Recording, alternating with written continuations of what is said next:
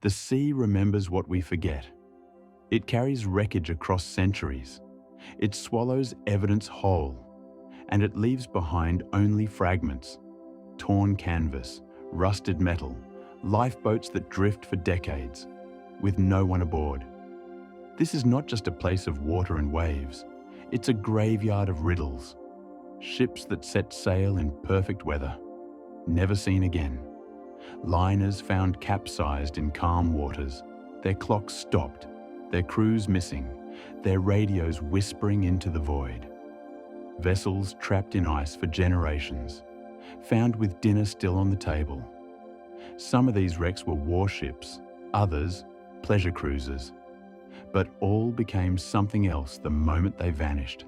Stories that don't end. Questions that echo louder with time. And then there are the stranger ones. A schooner frozen in Arctic cliffs, masts still upright. An entire fleet beached in the middle of a desert. Each one a thread, leading nowhere. Or maybe somewhere we're not meant to follow. Because these aren't tales made up to scare sailors. These are logbooks, sonar scans, dive footage. They're court transcripts, last known coordinates, and photographs developed from film left behind on empty decks. These are real. So take a deep breath. Let the surface slip away. Because the shipwrecks ahead are not just about the sea. They're about what the sea refuses to give back. And sometimes, what it shows us in return is even stranger. Let's begin. Our story begins not in the water, but in the desert. A desert where ships lie stranded like carcasses of giants, their hulls half buried in sand, their rusting skeletons groaning quietly in the wind. Their decks once rang with footsteps, radios, and voices shouting over crashing waves. Now, silence. Just the low rasp of the breeze across empty railings and peeling paint. This is not a place where ships belong. And yet, here they are. Dozens of them, scattered across a salt-bleached plain in the heart of Central Asia. Welcome to the ghost fleet of the Aral Sea. The Aral Sea was once the fourth largest lake in the world. A vast inland ocean stretching across modern-day Kazakhstan and Uzbekistan. Its shores were alive with industry, its waters bustling with trawlers, cargo vessels, and fishing boats. Entire towns thrived on its bounty. It fed families, powered economies, and provided a blue heart in the middle of a largely arid landscape. But now, there is no sea, only sand. Only dust, and the haunting remains of a forgotten fleet. It is one of the greatest environmental disasters in recorded history. But within that collapse lies something stranger, more quiet, more unsettling. Because these ships are not just abandoned, they are frozen in time. Anchors dropped into nothing, ladders hanging into dry air, hulls rusted but intact, as if still waiting for water that will never return. But to understand the ghost fleet, we must first understand the sea that once was. Just a brief note before we continue. The visuals in this video are a little more sparse than usual. Each of these stories took a lot of time to research, narrate, and assemble. So treat it however you'd like, as background audio while you focus on something else, or as a meditative journey through the unknown. Thanks for being here. Let's dive back in. The Aral Sea's story begins millions of years ago, when shifting tectonic plates and glacial melt created a series of vast inland basins across Central Asia. Unlike traditional lakes fed primarily by rainfall or groundwater, the Aral Sea was sustained by two mighty rivers, the Amu Darya and the Sir Darya. These rivers meandered down from distant mountain ranges, delivering snowmelt and rainwater to the basin year after year. The sea had no outlet to the ocean, so every drop that entered stayed. evaporating slowly under the Central Asian sun. This delicate balance made the Aral Sea what it was, a closed, saline system that mirrored the fragility of the ecosystem surrounding it. For centuries, the sea provided life. By the 19th century, it was a hub of regional trade. By the mid-20th century, under Soviet governance, it was thriving, dotted with fishing ports, processing plants, and small cities built entirely around maritime industries. Moynak, Aralsk, Moynak, towns whose names have all but faded from maps, but once pulsed with the rhythms of sea life. The fish here weren't exotic, mostly bream, perch, and sturgeon, but they were plentiful. At its peak, the Aral Sea provided hundreds of thousands of tons of fish per year, feeding a region and fueling a modest but steady economy. Then came the plan. In the 1960s, Soviet engineers embarked on an ambitious irrigation project. The goal: transform the desert into farmland. The method: divert the Amudarya and Sirdarya rivers into an intricate network of canals to feed cotton plantations and other crops.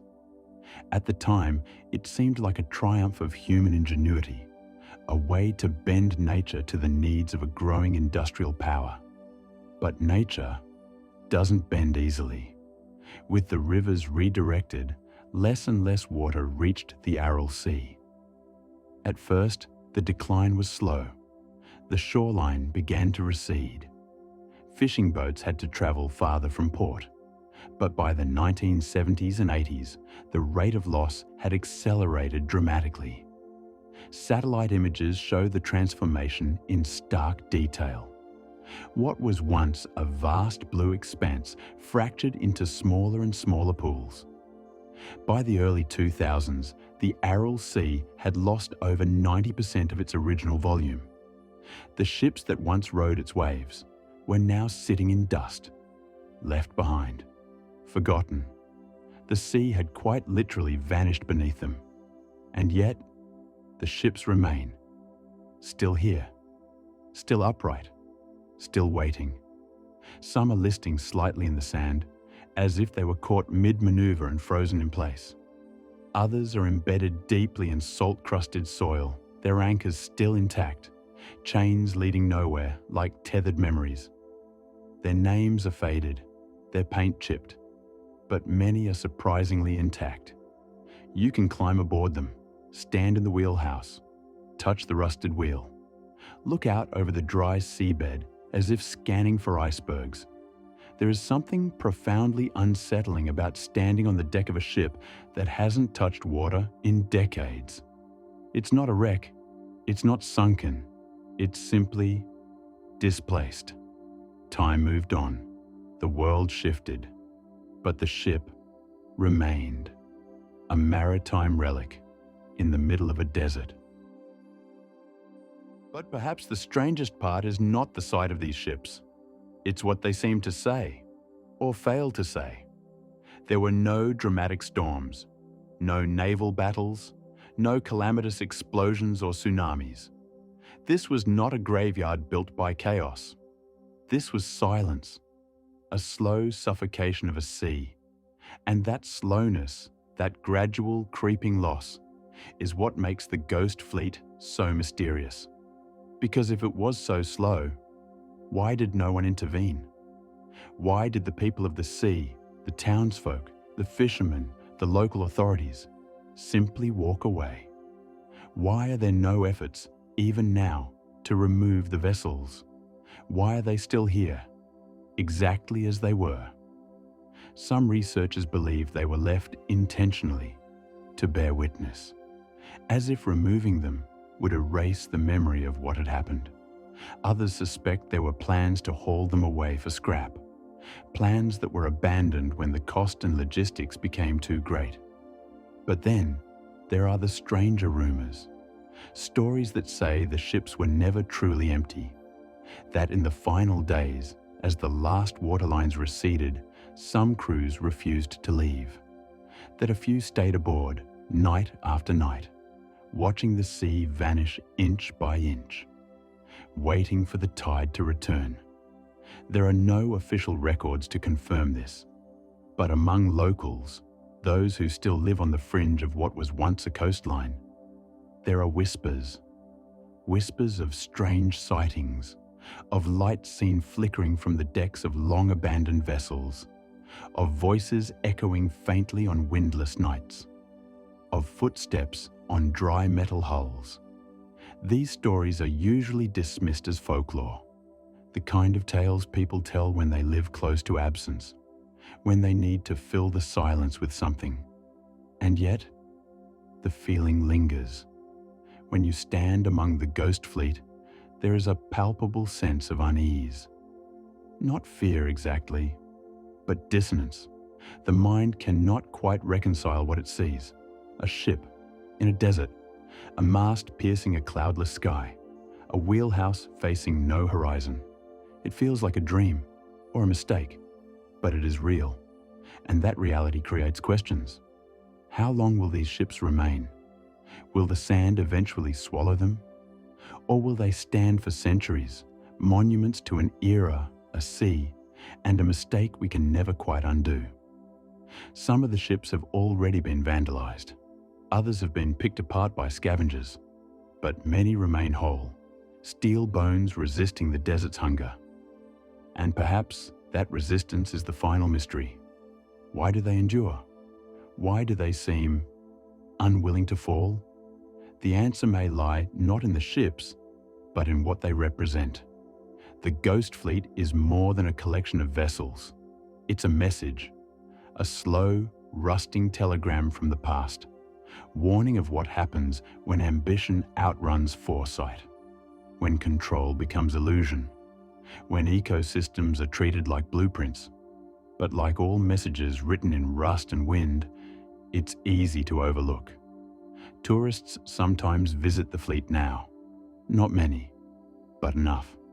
They come to take photographs, to climb the skeletons, to stand beneath the prows and pose.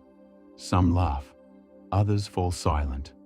The silence is more appropriate, because if you listen closely, beneath the shifting sand, beneath the rattling chains, beneath the breeze moaning through hulls, there is a kind of voice, not words, just the low sound of something trying and failing to stay remembered. But even the silence holds layers, because not all the Aral Sea's ships are visible. In recent years, researchers using ground-penetrating radar have discovered buried vessels beneath the salt crust, entire ships entombed by time. Their positions recorded only in old Soviet maritime logs and fading local memory. Some of these ships are ancient trawlers from the early 20th century. Others are classified, former naval crafts whose missions are still unknown. One vessel in particular, unearthed in the southern basin, has no registration number, no flag. Just a hull of riveted steel and a strange, triple-chambered hold that doesn't match any known design. Speculation followed quickly. Was it a test ship for chemical transport? A decoy for Cold War drills? Or something else? The documents are incomplete. What remains is patchwork. Fragments of Cyrillic type, shipping manifests with names redacted, fuel records without destinations. Whatever its origin, the vessel is now half exposed, its rear deck visible just beneath the hardened crust. Locals refuse to go near it. They say the air around it smells strange, that birds never fly over it, that compasses spin near its rusted prow. No official investigation has been launched. It's been marked on maps as a structural anomaly. But among those who've seen it, researchers, photographers, curious travelers, the question echoes quietly. What was that ship doing on a sea that no longer exists? And what secrets might still lie buried, preserved by salt and time? In recent years, there have been calls to preserve the Ghost Fleet. not to remove the ships, but to protect them as monuments, museums without walls, artifacts of environmental memory. A few installations have gone up, plaques, walkways, interpretive signs. But still, most of the ships remain untouched. Weathering, sinking, watching, they do not decay quickly. The desert air is dry, the salt slow to erode. So the ships stand, silent as tombstones, eloquent as books with pages sealed shut. No one sails them, but somehow they continue to travel. Not across water, but through time, through memory, through the haunted corridors of what we thought we understood. And as the climate continues to shift, as seas rise elsewhere, even as this one disappears, the ghost fleet becomes something more. Not just a warning, not just a mistake, but a question. How many other ghost fleets lie in our future? How many seas might vanish? And who will be left to remember them? The Aral Sea is not just a case study, it is a mirror, held up not to the ocean, but to us, to our reach, our recklessness, our refusal to listen, and now, our silence, because the ships are still there, waiting, beneath a sky that never changes, upon a seabed that has forgotten the taste of water. Their shadows lengthen at sunset, their metal groans in the heat, and if you walk among them, you'll hear it too. Not voices, not ghosts, just the sound of the wind moving through what should never have been left behind. A fleet with no sea, a mystery with no wreckage, and a warning with no voice, but rust. Story 2.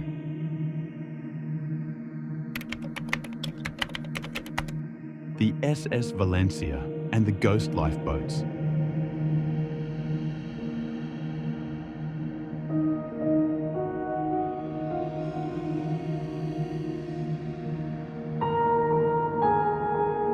From the rusted skeletons of warships stranded in the desert of a vanished sea, to the quiet, relentless tides off the coast of British Columbia. Not all ghost fleets live in silence. Some continue to drift. The Aral Sea gave us a haunting image, but off the wild, wave-battered edge of Vancouver Island, another fleet waits. Not on land, not forgotten, but out at sea, moving, reappearing, receding again like a breath held just beneath the surface. They are lifeboats, timeless, untouched, and impossibly adrift. Because this is not just the story of a shipwreck. This is the story of what came after. The SS Valencia and the lifeboats that should not still be there. It begins on a winter night in 1906 with a storm, a miscalculation, and the desperate hope of escape. But the ship never made it to safety. And yet, decades later, the lifeboats kept returning. Not broken, not empty, just waiting. There is something unforgiving about this stretch of the Pacific. Vancouver Island's west coast, rugged, jagged, and cloaked in mist, does not welcome sailors easily. It warns them. Even today, mariners speak cautiously of the graveyard of the Pacific, a name earned not by myth, but by tally. Hundreds of ships have met their end here, shattered on rocks, dragged beneath by unseen currents, swallowed whole in storms that rise with little warning and no mercy. And in January of 1906, the SS Valencia became one of them. The Valencia wasn't a grand ocean liner or a mighty cargo freighter. She was a modest passenger steamer, built in 1882, and never meant for the coastal waters she would one day try to cross. Originally serving routes between San Francisco and South America, the Valencia was repurposed in her later years for shorter coastal runs, a quieter end to a life spent ferrying travelers across vast oceans. But even the quieter routes can turn treacherous. On January 20th, 1906, The Valencia departed from San Francisco en route to Seattle. Aboard were more than 170 souls, men, women, and children, a mixture of business travelers, tourists, and crew. As she steamed northward, the weather turned. Thick fog rolled in. Rain fell in sheets. Winds began to howl through the rigging, driving waves up against the hull. Visibility dropped to almost nothing, and navigation, already difficult in this coastal maze of islands and channels, became guesswork. The ship's captain, Oscar Johnson, relied on dead reckoning, calculating their position based on speed, time, and heading. But in this fog, even the best calculations drift. By midnight, something was wrong. The Valencia had veered too far east. Instead of cruising safely through the Juan de Fuca Strait, she was barreling toward the rocks of Vancouver Island. And then, around midnight, it happened. A violent lurch. The ship shuddered. Then the unmistakable sound of steel tearing against stone. The Valencia had run aground on a reef, just off Pachena Point. Waves pounded her side. The impact was brutal. Water rushed in. Below deck, passengers screamed as the ship pitched and began to list. The power went out. Darkness fell. In an instant, chaos. Some tried to calm the passengers. Others scrambled for lifeboats. But the sea was merciless. In the darkness, launching a lifeboat was an act of desperation. Several boats overturned the moment they hit the water. Others were lost as panicked passengers rushed them, overloading the davits and sending boats and people tumbling into the churning black below. Worse still, the Valencia had too few lifeboats for everyone aboard. Of the 6 that were successfully launched, only a handful would ever reach shore. Most simply vanished into the night. As morning broke, the horror became visible. The ship was still perched on the reef, battered by waves, broken by the night, but not yet fully claimed by the sea. Clinging to her deck and rigging were dozens of survivors. They had made it through the night, but not to safety. They could see the cliffs of Vancouver Island, close enough to call out to, but too steep to climb. There was no beach, no harbour, just vertical stone and the relentless crash of surf. Several attempted to swim and were lost immediately. Others tied themselves to the masts or held tight to railings, hoping help would arrive. Help was coming, but not fast enough.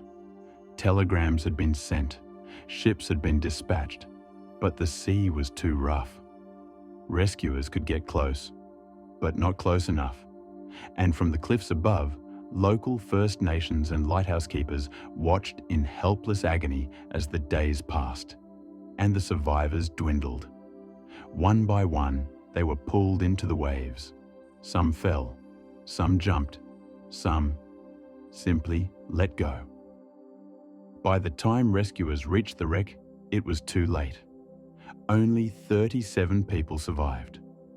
Over 130, including every single woman and child aboard, perished.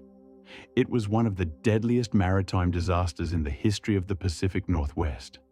But for many, the tragedy didn't end with the sinking, because the lifeboats didn't sink. They kept coming back. In the weeks after the wreck, lifeboats began to wash ashore. Some were empty, some weren't. One was found miles down the coast, still carrying several bodies, frozen, lifeless, yet seated as if still rowing, their hands stiff, their eyes open. Another was discovered upright, eerily intact, on a distant beach. But it didn't end there. Months passed, then years, and still, the lifeboats returned. Some drifted hundreds of miles before being found. Others were spotted offshore, floating in strange silence, only to disappear again before anyone could recover them. As late as 1933, Nearly 30 years after the Valencia sank, a lifeboat bearing the ship's name and number was found in a remote sea cave, upright, preserved by the salt and shade. Its paint was faded but legible, its structure remarkably sound. Inside, oars, ropes, a single boot, no bodies, no bones, just presence, just absence, just a lifeboat, waiting. For many, this was more than a maritime curiosity. It was a mystery. How could lifeboats from a 1906 wreck remain afloat for so long? How had they survived storms, currents, and time itself? And why? Did they return? Theories emerged, some practical, some less so. One idea was that certain lifeboats had drifted into protected coves or caves, trapped in currents, only to re-emerge later during storms or seismic shifts. Another suggested they had been taken, salvaged, stored, forgotten, then lost again. But these explanations failed to account for the condition of the boats, their paint, their wood, their seemingly untouched construction.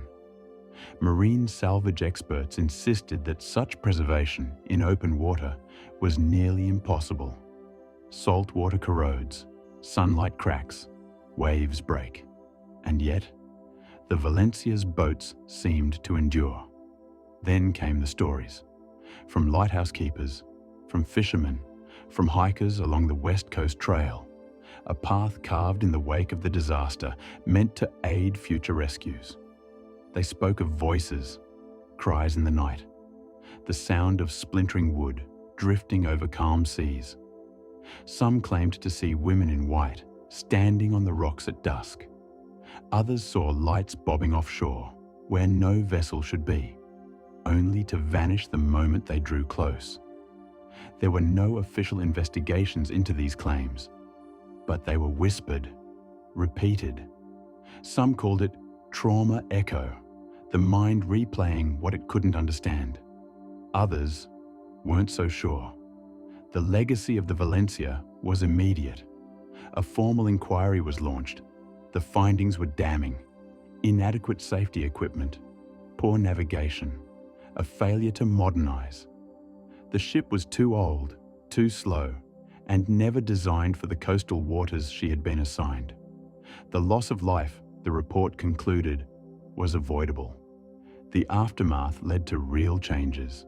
New lighthouses, better charts, improved rescue protocols, and the West Coast Trail, once a telegraph route, became a rescue road. A path through the wilderness, built on grief. But even as the policies changed, the story didn't end, because the lifeboats kept reappearing. And each time, it was as if the sea was refusing to forget. In maritime lore, few things are as haunting as a ghost ship. But what happens when it isn't the ship that returns, but the pieces meant to save it? A lifeboat is a symbol of hope, of survival, of the last chance. To see it empty, adrift, is to feel that hope unanswered. To find one decades later, unbroken, unexplained, is to wonder what journey it completed and what it remembers. Some believe the Valencia's lifeboats were caught in a kind of oceanic loop, a coastal eddy that preserved and returned them like memories relived. Others speak of a deeper mystery, of echoes that do not fade, a warning, a presence, a story the ocean insists on telling over and over, whether we want to hear it or not. Today, the wreck of the Valencia lies beneath the waves, scattered but not forgotten. Divers occasionally visit the site, though conditions are perilous. The reef remains sharp, the currents are swift. Nothing about this place is gentle, and yet something remains. Steel ribs encrusted in barnacles, rusted beams swallowed by kelp, fragments of a ship that once held over 100 lives, and now holds only questions. But perhaps the strangest memorial are the lifeboats, because one or two of them still exist, preserved in museums, their wood faded but whole. One, known as Lifeboat Number 5, sits in the Maritime Museum of British Columbia.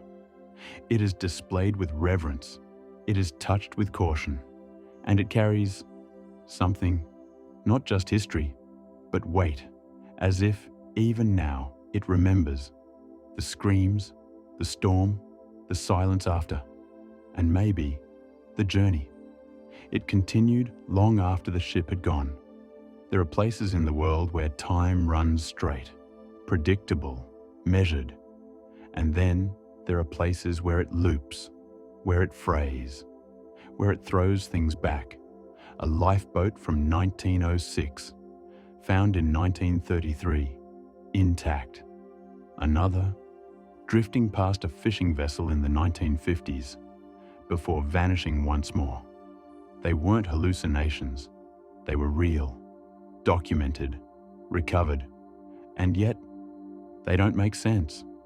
Not according to science, not according to weather, not according to time, but they remain, like messages from a storm that never stopped echoing. So the question lingers, not just what happened to the passengers of the Valencia, but why their lifeboats would not stay gone, why they kept surfacing like secrets the ocean couldn't keep, why they outlasted storms, decades, decay, and why, when found, they were always empty. No bodies, no bones, no answers, just a vessel meant to carry life, returning alone, as if the sea still owed something, or remembered something it was trying to return, a promise unfulfilled, a cry still carried on the waves. The SS Valencia sank in 1906, but in some ways, it never stopped arriving. Story 3. The disappearance of the USS Cyclops.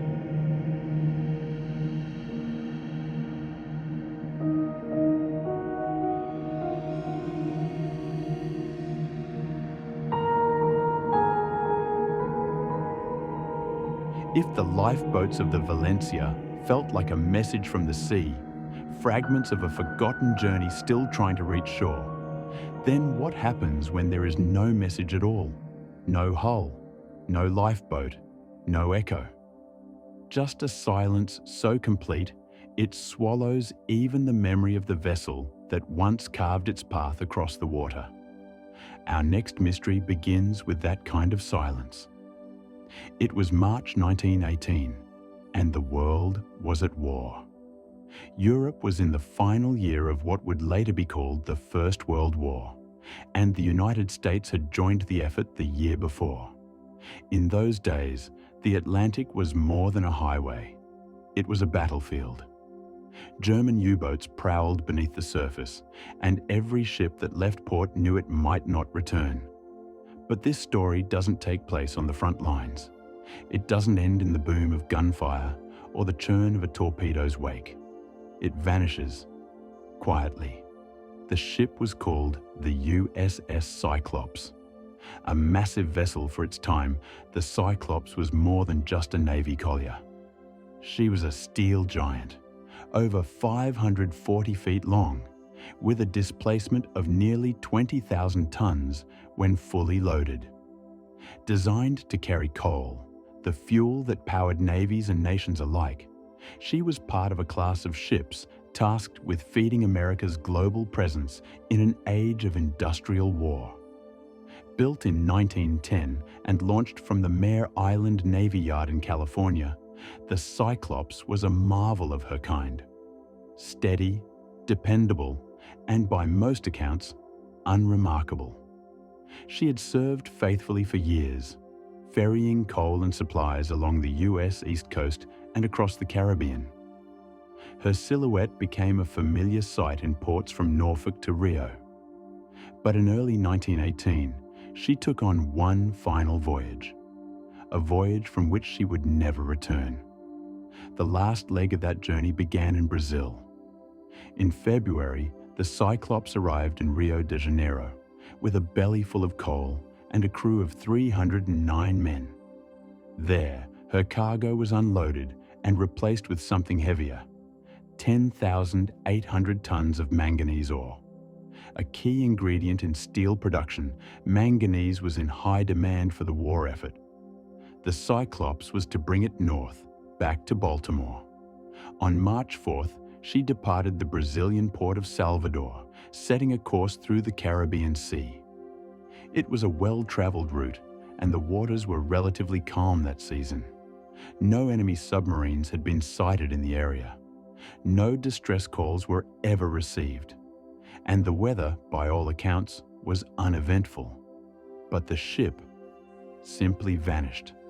Somewhere between Barbados and the Chesapeake Bay, the USS Cyclops disappeared. Not a single sailor was ever found. Not a shred of wreckage was ever recovered. No oil slick, no floating cargo, not even a life vest. The ocean had erased her completely.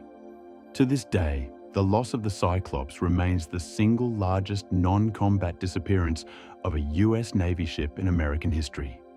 309 souls, gone without explanation. It is a mystery that has haunted naval records for over a century. And the deeper one dives into the story, the stranger it becomes. In the days following her expected arrival, concern turned to confusion, then fear. The Navy waited, then searched. Patrols were dispatched to comb the sea lanes she would have traveled. Ports were contacted. Rumors sprang up. Perhaps she'd detoured. Perhaps she'd been delayed. Perhaps radio failure had left her adrift. But the Cyclops was never seen again. Officially, the ship was declared lost with all hands. Unofficially, theories began to multiply.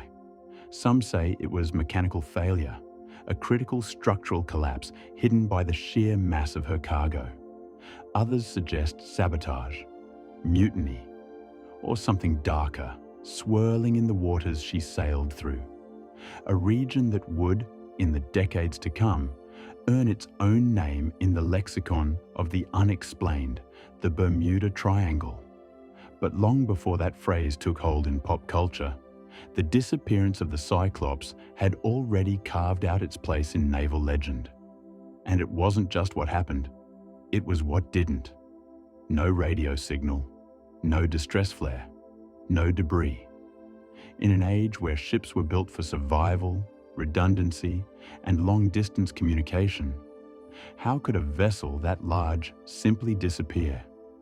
To understand how unsettling that question is, it helps to return to the ship herself. The Cyclops was powered by a single propeller, driven by a coal-fired steam engine. Her top speed was modest, just over 15 knots, slow by modern standards, but steady. She was equipped with wireless communication, not advanced by today's standards, but sufficient for signaling distress or navigation concerns. She had lifeboats. She had experienced crew.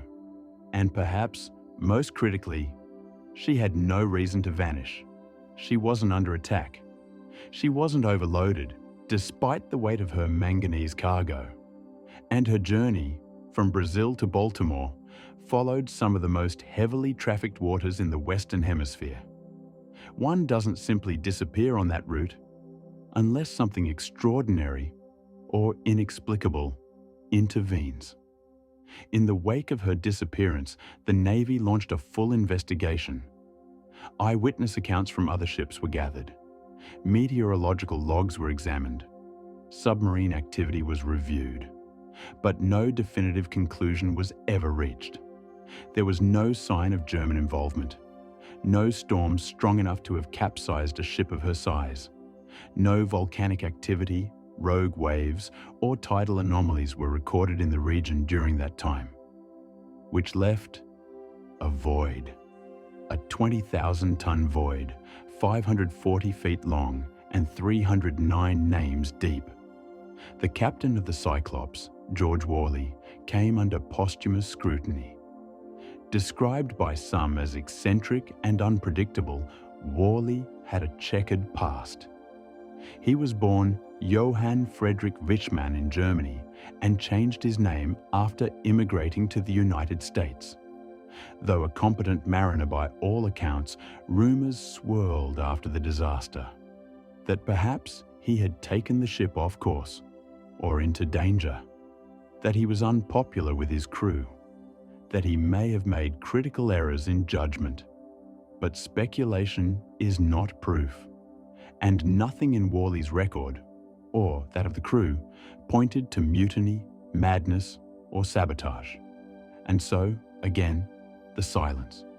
The ship was gone, the men were gone, and the sea held its tongue. In the years that followed, the story of the Cyclops became part cautionary tale, part ghost story. Sailors whispered about it in mess halls and along the docks. Superstitions grew, and in 1941, when two of her sister ships, the Proteus and the Nereus, also vanished under eerily similar circumstances, those whispers became something louder. Both ships were carrying similar cargo. Both were traveling the same general route, and both disappeared without trace, just like the Cyclops. 3 ships, same class, similar journeys, same outcome, all within less than 25 years. Patterns like that don't go unnoticed. And it was then, in the decades following the Second World War, that a name began to circulate.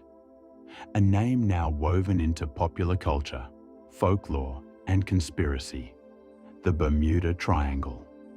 A loosely defined area of the Western Atlantic bounded roughly by Miami, Bermuda, and Puerto Rico. The Bermuda Triangle would go on to claim a long list of alleged disappearances, ships, planes, even entire squadrons. And while skeptics point to statistical averages and human error, others believe the region hides something deeper, stranger, a magnetic anomaly, a tear in space-time, underwater pyramids, alien bases. The theories spiral outward like ripples from a stone cast into dark water. And at the center of many of those early stories is the Cyclops.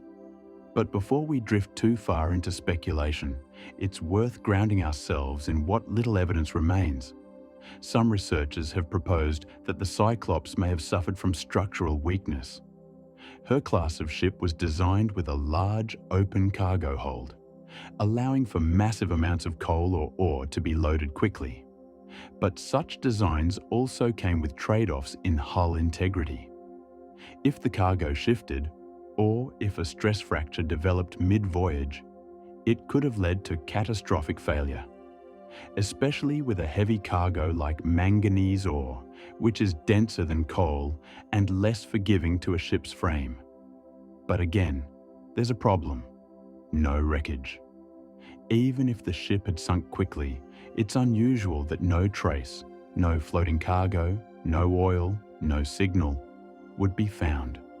The Atlantic is deep, yes, but not bottomless. And sonar surveys of the area, though limited in the early 20th century, eventually became more sophisticated. Yet the Cyclops has never been located. Another theory suggests that the ship may have been the victim of an internal explosion. Coal dust, under the right conditions, can be volatile. But she wasn't carrying coal on that final voyage, only manganese ore, which is not flammable. Could sabotage have been involved? Possibly. But no motive has ever emerged. The cargo wasn't particularly valuable on the open market. And while the captain's background raised some eyebrows, there's no evidence that he, or anyone else aboard, had the means or motive to destroy the ship from within. Some point to the era itself, wartime stress, the possibility of an undetected U-boat. But even German naval records, declassified in the post-war years, make no mention of the Cyclops. She wasn't torpedoed, she wasn't claimed, which leads us back to that strange magnetic silence. There's an eerie power in absences, in the lack of a goodbye. And for many families of the men aboard, that absence never closed. letters went unanswered, paychecks stopped arriving, and all that was left was a name etched in stone on memorials scattered across the country. No grave, no funeral, just uncertainty. In Baltimore, a cenotaph still stands for the crew, their names carved in granite beneath an empty sky. And on Navy records, the Cyclops is remembered with a single line: disappeared without a trace, cause unknown. But the legacy of the Cyclops didn't end with her loss. In some ways, it was only beginning. The ship's story became a focal point for a century of maritime obsession. Books were written, films speculated, theories spiraled outward in every direction. And each decade seemed to add new layers of mystery, new disappearances, new patterns, all pointing back to the same unanswerable question. What happened to the Cyclops? Was it simply bad luck? A flaw in design? A rogue wave at just the wrong moment? Or was it something more? Was it a region of the sea with properties we still don't fully understand? Was it a confluence of currents, weather, and electromagnetic disturbance? Or was the ship and her crew caught in something we have no language for yet? And if so, is she still out there somewhere? Silent, intact, resting on the seafloor beyond our reach? Or did she pass into something deeper, a place beyond charts and instruments? We may never know. But the sea remembers, and every so often, in the darker corners of naval archives or whispered late-night conversations among sailors, the story resurfaces. Not with answers, but with echoes. A steel hull, a vanished signal, a name that still lingers. USS Cyclops, 309 lives, one vanishing, no trace, no return. Some say the ocean forgets, but it's not the sea that forgets us. It's us, who forget how little we know of the sea.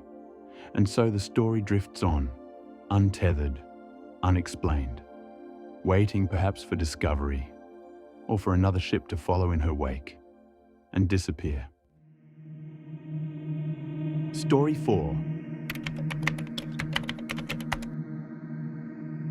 The Phantom Fleet of Lake Superior.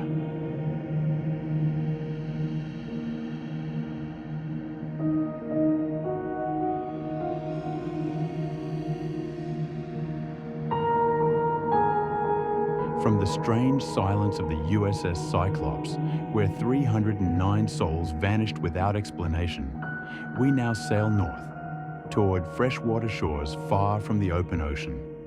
But the mystery only deepens, because not all vanishings happen in tropical waters or on faraway seas. Some take place much closer, in lakes that seem calm on the surface, but conceal ancient forces beneath. This is the story of the Phantom Fleet of Lake Superior, a tale not of one ship, but of many, of ghostly echoes on sonar, of vessels that appear, then vanish again, of divers who swear they found a wreck, only to return and find nothing at all, and perhaps of ships that never sank, because some believe they never existed, or that they came from somewhere else entirely.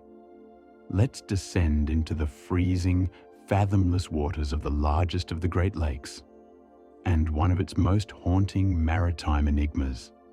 Lake Superior is vast, larger than the entire country of Austria, and deeper than any other freshwater lake in the world, aside from a handful in the Himalayas or the depths of Siberia.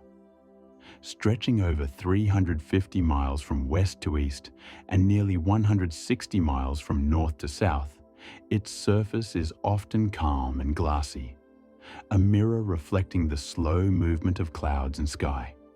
But beneath that surface lies a cold, hungry silence. A silence so complete it can swallow sound, and ships, thousands of them. Over 350 documented shipwrecks lie scattered across the lake bed of Superior. Some are well known, like the ill-fated SS Edmund Fitzgerald, whose haunting ballad made it a legend. Others have no name, no history, no record. And then there are the ones that leave no trace at all. In 2016, a Canadian survey vessel conducting sonar scans off the lake's eastern shores picked up something strange. At first, it appeared to be a large mass, unmistakably artificial in shape, roughly 90 feet long. It had the dimensions of an early 20th century freighter. Sharp edges, a clear bow, shadowy rigging that could have been a mast. The surveyors marked the coordinates and returned a week later with a submersible drone. Nothing. The site was empty. The team thought perhaps they'd miscalculated. They ran another sweep. No signal. They returned once more, this time with more advanced sonar. And there it was again. The shape, just as before. Same length, same silhouette, perfectly still, lying on the bottom. They launched the submersible, and again, nothing. This wasn't a computer glitch. The data was solid, but the object seemed to exist only when viewed remotely, not visually, only through sound. This wasn't the first time such a thing had been reported on Lake Superior. In fact, over the decades, a pattern has emerged, so consistent and so perplexing that local divers have given it a name: the Phantom Fleet, a supposed collection of unidentified vessels that appear, only briefly, on sonar, then vanish when divers attempt to locate them. Some are described as intact ships lying perfectly preserved on the lakebed. Others appear upright, as if still floating, despite being hundreds of feet beneath the surface. In one case, a dive team from Thunder Bay in 2003 reported descending upon what they believed was a wooden schooner, with visible sails frozen in time. They described the eerie sight of cloth, still fluttering slightly in the current despite being submerged for over a century. They turned to adjust their lighting equipment, and when they looked back, it was gone. There was nothing but silt. The team surfaced shaken, and they weren't the only ones. In 1989, a group of amateur wreck hunters from Michigan claimed they had discovered a shipwreck west of Isle Royale. It was a steel-hulled freighter with heavy riveted seams, an old design, possibly dating back to the 1920s. The team documented the coordinates, took photographs, and returned home. When they came back a month later with a marine historian, the wreck was nowhere to be found. Not just displaced, gone. Sonar scans of the same area showed nothing. The original photographs were blurry, as if the water had distorted the image, and the historian, who had once believed it could be a significant discovery, withdrew his support. Stories like this are not rare on Lake Superior. They're whispered by divers in shoreline taverns, spoken of cautiously by Coast Guard crewmen who've picked up strange signals, but logged no official report. And in one chilling instance, a retired sonar technician claimed that some signals on the lake don't just show phantom wrecks, they show movement, a slow, deliberate shifting, as if the wreck is not at rest, but adrift. At the heart of the mystery lies the lake itself, because Lake Superior is unlike any other body of fresh water on Earth. Its waters are famously cold. Even at the height of summer, the average temperature rarely rises above 55 degrees Fahrenheit. That cold slows decay. It's why some shipwrecks found in the lake are so well preserved. Their hulls intact, their cabins sealed. In a few rare cases, even bodies have been found, eerily untouched by time. It's a place where history freezes, where wrecks become time capsules. But the Phantom Fleet doesn't follow this pattern. These aren't verified ships from maritime logs. They don't match known disappearances. They seem to come from nowhere, and disappear just as suddenly. Some theorize they're optical illusions, tricks of sonar echoes bouncing off geological formations. Others suggest they're remnants of shipwrecks that have broken apart and drifted, then resettled elsewhere. But these explanations fail to account for the specificity of the sightings. Entire ships, upright, detailed, identifiable, only to vanish. One of the more grounded theories is that some of these phantom ships are ice ghosts, vessels trapped in thick lake ice during the early 1900s and dragged far from their original location by the slow, grinding movement of pack ice. Over the decades, they may have sunk and resurfaced multiple times as the lake froze and thawed. But even this doesn't explain the full picture, because these ships don't just appear in ice season, they're seen or heard year-round. Some suggest that what divers are encountering is a phenomenon known as cold water mirages.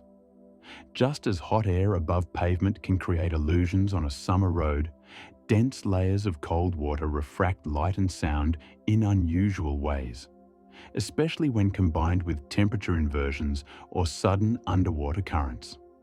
It's possible, they say, that ships lying miles away could have their image, or sonar shadow, projected to a different location entirely. But this doesn't explain why these wrecks, once approached, vanish without a trace. And it doesn't explain the deeper strangeness, because in some cases, the ships described don't match any known design. In 1994, a solo diver exploring deep crevices near the Quinault Peninsula surfaced with a remarkable claim. He said he had found a ship unlike any he'd ever seen. It had no visible rivets. Its hull was a pale, matte grey. Its shape was sleek, almost torpedo-like, but with no obvious propulsion. He described small windows, circular, sealed, and dark, and no visible damage. The ship, he said, was resting in a perfect upright position. He approached, flashlight in hand, and as he neared, he felt the water around him shift, not current, more like pressure. He blinked, and the ship was gone. He returned to the site 2 days later with another diver. They searched for hours. Nothing. He never dove again. His story might have been dismissed as hallucination, a nitrogen narcosis episode perhaps. But then, 2 years later, a different team scanning the same region picked up an unusual signal. It lasted 23 seconds, long enough for a sonar imprint to be recorded. It showed a vessel, unidentified, upright, roughly the same dimensions as the one the diver described. And then, it vanished. For some, these accounts suggest an entirely different explanation, one that steps beyond the boundaries of conventional science. That what these divers and surveyors are seeing are echoes, not sonar echoes, but time echoes, imprints, of ships that once sailed these waters and somehow left a memory behind, a residue in the lake's structure. Lake Superior is one of the oldest bodies of fresh water on Earth. It formed over 1 billion years ago, in a rift that nearly tore North America in two. Some geologists believe the rift zone beneath the lake still holds unique properties, regions of rock and sediment where magnetic and gravitational anomalies exist. Could these anomalies be interacting with passing ships, or even light and sound itself, to create momentary imprints, like a recording, playing back, just long enough to be seen or heard, and then gone? Another theory drifts further still. Some believe these ships aren't from this timeline at all, that they are real, but not from our history, that they are vessels from alternate events, ones that didn't happen here, but elsewhere, in a version of history where a freighter never sank, or one where a schooner sailed a different course, and was lost. And for a moment, through some unknown mechanism, those timelines brush against our own, leaving a trace, a glimpse, before retreating again. Fringe science? Perhaps. But the data remains. The sonar recordings, the witness accounts, the strange consistencies. And then there are the stories older than sonar. In 1883, before the age of advanced navigation, a steamship captain on the lake recorded in his log a strange sight. A fleet of ships, 5 in total, moving in formation across the water at twilight. Their sails were dark, their flags unmarked, and they made no sound. As the captain approached, the ships veered west. He gave chase, but by nightfall they had vanished. He searched until dawn and found nothing. Local lore calls them the dark sails, seen only a handful of times in the last 2 centuries, always together, always silent, and always gone by morning. Perhaps they are just stories, but when told in the same breath as modern sonar anomalies and missing wrecks, it's hard not to wonder, is there something deeper happening in the waters of Lake Superior? Something beyond rusted hulls and sunken steel? Or is it simply that the lake is vast and patient, and we still don't know how to see what it remembers? We map its surface, we catalogue its depths, but perhaps, just perhaps, Lake Superior holds on to its dead differently, not by hiding them, but by showing them. Just for a moment, a flash of metal beneath the silt, a whisper of a hull caught in sonar, a diver's light flickering across a shape that isn't there. The phantom fleet. Are they wrecks? Are they ghosts? Are they reflections from a time we can't quite reach? We may never know. But if you stand on the shores of Lake Superior just before dusk, when the water lies still and the sky is the color of steel, look out across the expanse. You may see nothing. Or you may catch the outline of a ship that shouldn't be there, waiting, just beneath the waves, until the moment passes and the lake forgets again. Or perhaps it never forgot. It's us who are only beginning to remember. Story 5. The El Faro's final transmission.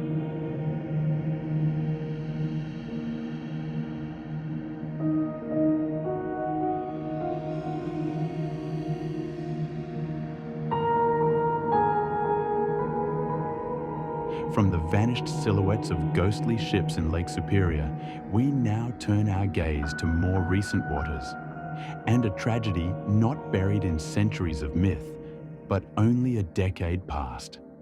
A ship not swallowed by ancient mystery or pirate lore, but by something far more chilling, something modern, something recorded. Because this time, we have the captain's voice. The desperate words of a man caught in the jaws of a storm. This is the story of the El Faro's final transmission. October 1st, 2015. The Atlantic Ocean. A cargo ship more than 700 feet long fights for its life. Above, Hurricane Joaquin churns with 140-mile-per-hour winds, a Category 4 monster boiling with tropical heat and fury. And below, a steel giant named El Faro cuts through the storm, or tries to. What happened next would become one of the deadliest maritime disasters in recent US history. And yet, to this day, many say it never should have happened at all. The El Faro wasn't a relic, it was a seasoned veteran. Built in 1975, the ship had served for decades, hauling cargo between ports in the Atlantic and Caribbean.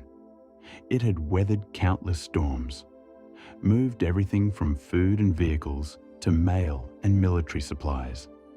Its routes took it from the southeastern US to Puerto Rico, the Bahamas, the Virgin Islands. And on the morning of September 29, 2015, she departed from Jacksonville, Florida, bound for San Juan, Puerto Rico. The forecast called for storm activity in the region, but El Faro was on a tight schedule, with a seasoned captain, experienced crew, and a solid vessel underfoot. No one expected what came next. By the time the ship left port, Hurricane Joaquin was just a tropical storm, unorganized, unthreatening. But in less than 24 hours, it would explode into a beast, and the El Faro would be right in its path. The ship's captain was Michael Davidson, calm, disciplined, known for running a tight, no-nonsense operation. He had over 20 years of seafaring experience. But as Hurricane Joaquin intensified, Davidson made a fateful decision. Rather than altering course to avoid the storm, he continued on a route that would bring El Faro dangerously close to the storm's projected center. Why? The reasons remain disputed. Was it pressure to stay on schedule, a misreading of weather data, confidence in the ship's capabilities, or something else? What we do know is that the warnings were there. By the evening of September 30th, the National Hurricane Center had upgraded Joaquin to a Category 3 hurricane, with forecasts showing it moving rapidly toward the Bahamas. By dawn, it had grown even stronger. And by then, it was too late. The El Faro was already deep in the danger zone. What makes this story different? What makes it echo with such haunting clarity is that we don't just have radar pings and weather maps. We have the black box, the ship's voyage data recorder. Recovered from the ocean floor months later, the device captured over 26 hours of audio from the bridge of the El Faro.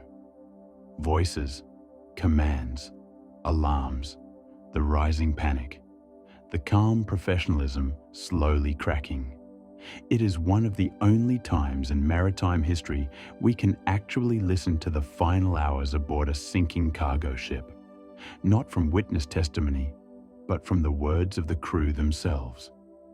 In the early hours of October 1st, the El Faro began to list heavily as it encountered the full force of Joaquin.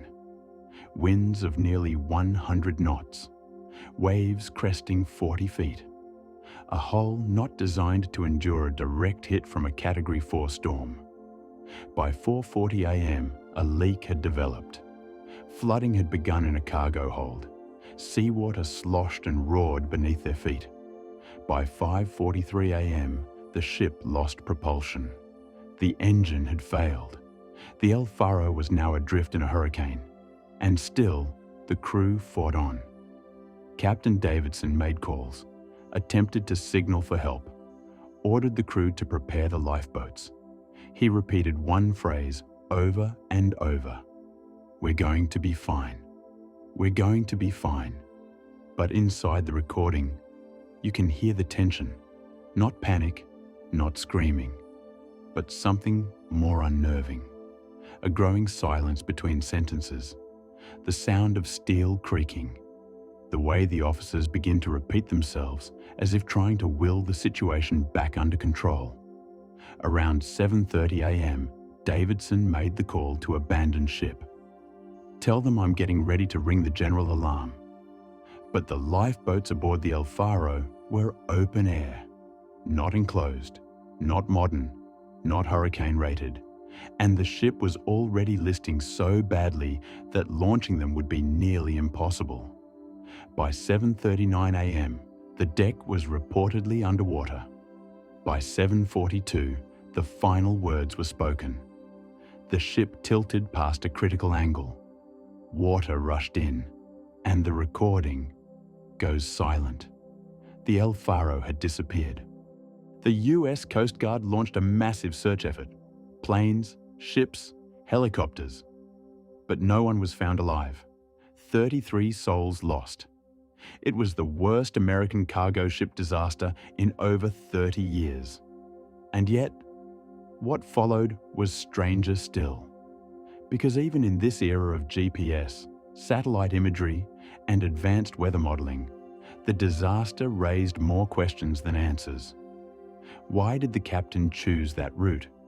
Why wasn't he aware of the full extent of the storm? Why did the ship lose power? Why weren't the lifeboats replaced years earlier? And why? Was nothing done until it was far too late?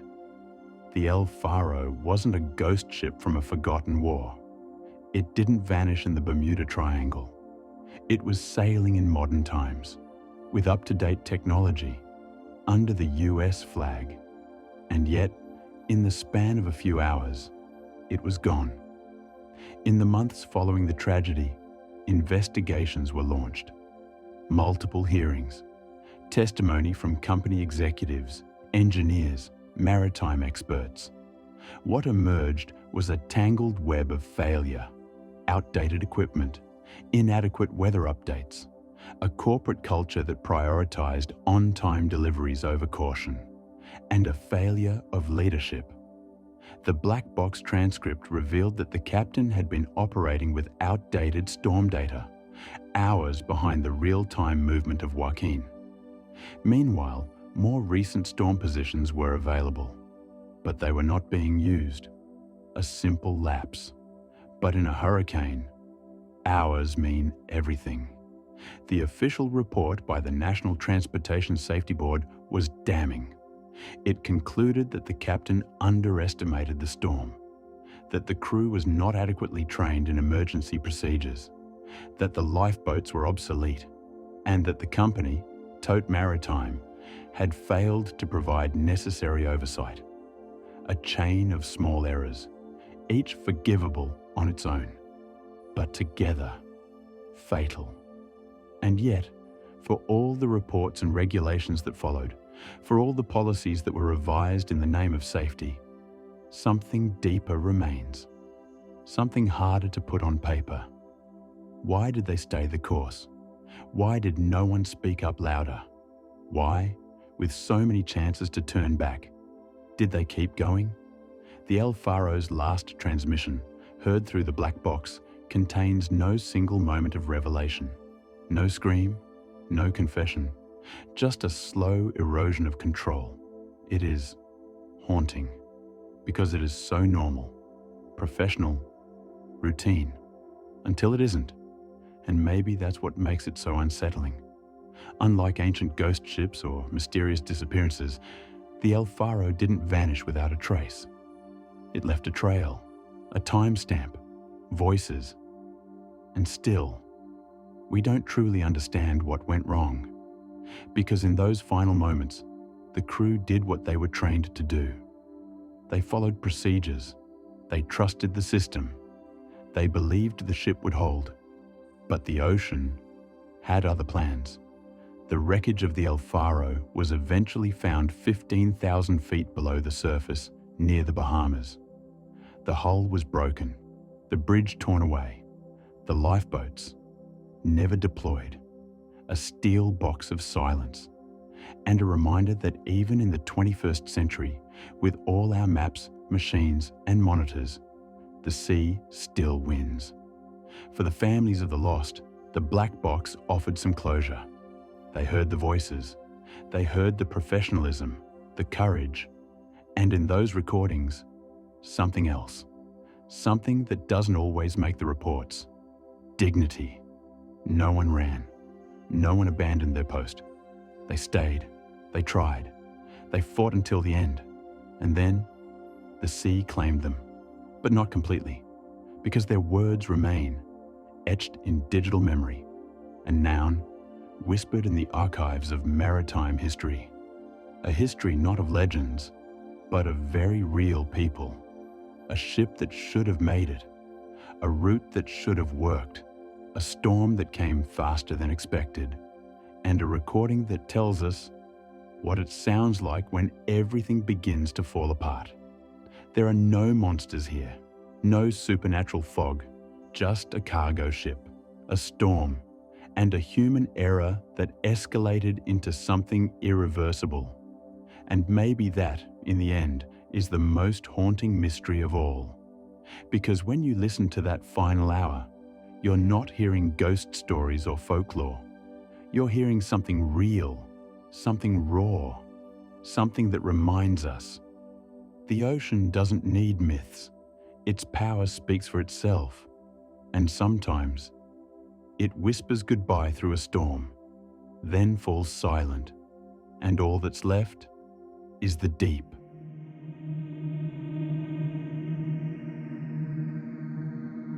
Story 6. The Dahl Wine Incident.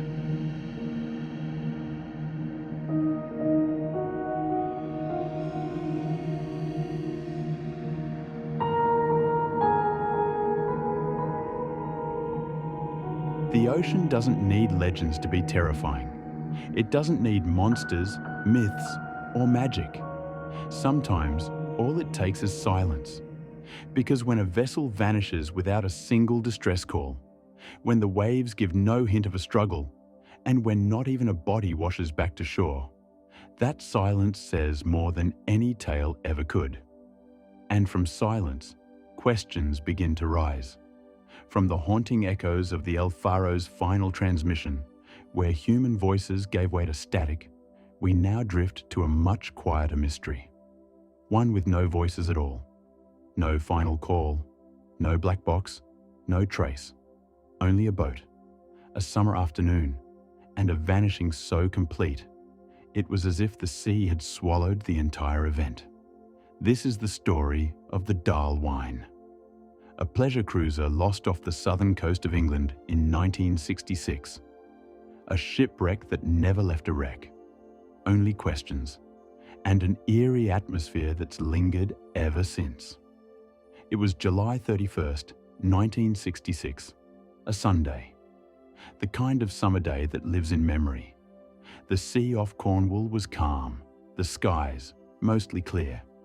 The tourist town of Faro bustled with families and sunseekers, and among them was a small wooden vessel called the Dahl Wine. She wasn't a large ship, just 45 feet long, privately owned, and recently purchased by a man named Dr. Edmund Hart. The Dahl Wine had once been a Royal Navy launch, but in the post-war years, she had been converted into a pleasure cruiser. Painted white, her cabin lined with wood paneling, she had the look of a boat both sturdy and charming.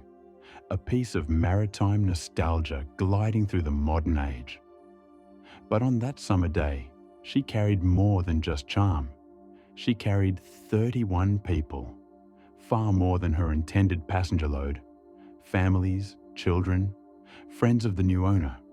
Some knew each other, others didn't. They were on a day trip from Faro to the picturesque harbour of Falmouth, a short journey down the coast. Just a few hours along calm waters, a casual excursion, a routine outing. The Dahl Wine departed in the morning. Passengers smiled for photographs. Kids played on deck. Conversations drifted between sunbathing and the taste of salt in the air. They reached Falmouth by midday, and there they docked. Some went ashore to explore the harbour. Others remained on board, enjoying the view. But sometime in the early evening, the Dahl Wine prepared to return to Faro. The weather was still pleasant, the sea still mild. The tide was right, and so they left.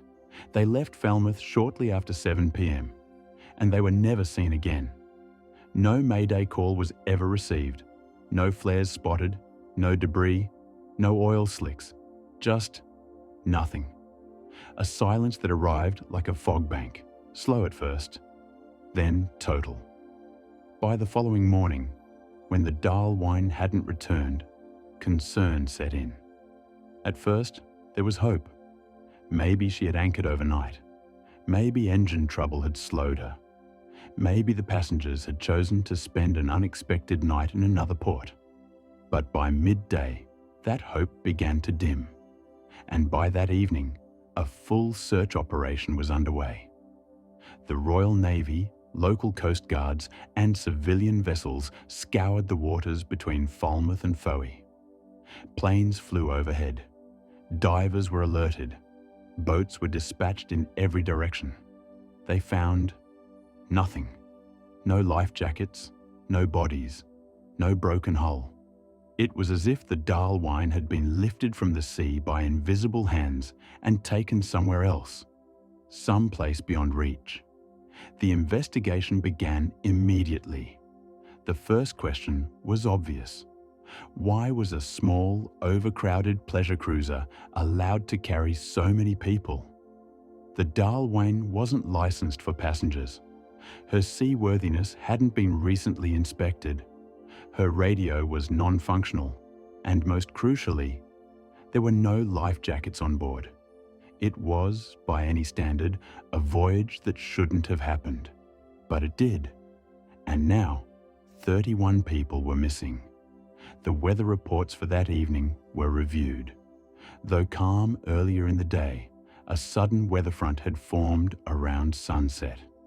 Eyewitnesses along the coast reported a shift in wind. Dark clouds appeared rapidly, casting the coastline into shadow. Some fishermen reported odd disturbances on their radios, static, interference, high-pitched tones that hadn't been there before. A few claimed their compasses began to drift. Nothing dramatic enough to warrant panic, but enough to raise eyebrows after the fact. Still, no one reported seeing a ship in distress, and no distress call ever came. One of the most disturbing parts of the Dahl Wine case is the utter lack of finality. No bodies, no wreckage, just a gap in time. A journey that should have taken under 2 hours and a destination never reached. The coast of Cornwall is not the open ocean. It's craggy and dangerous in places, yes, but it is not the vast Pacific.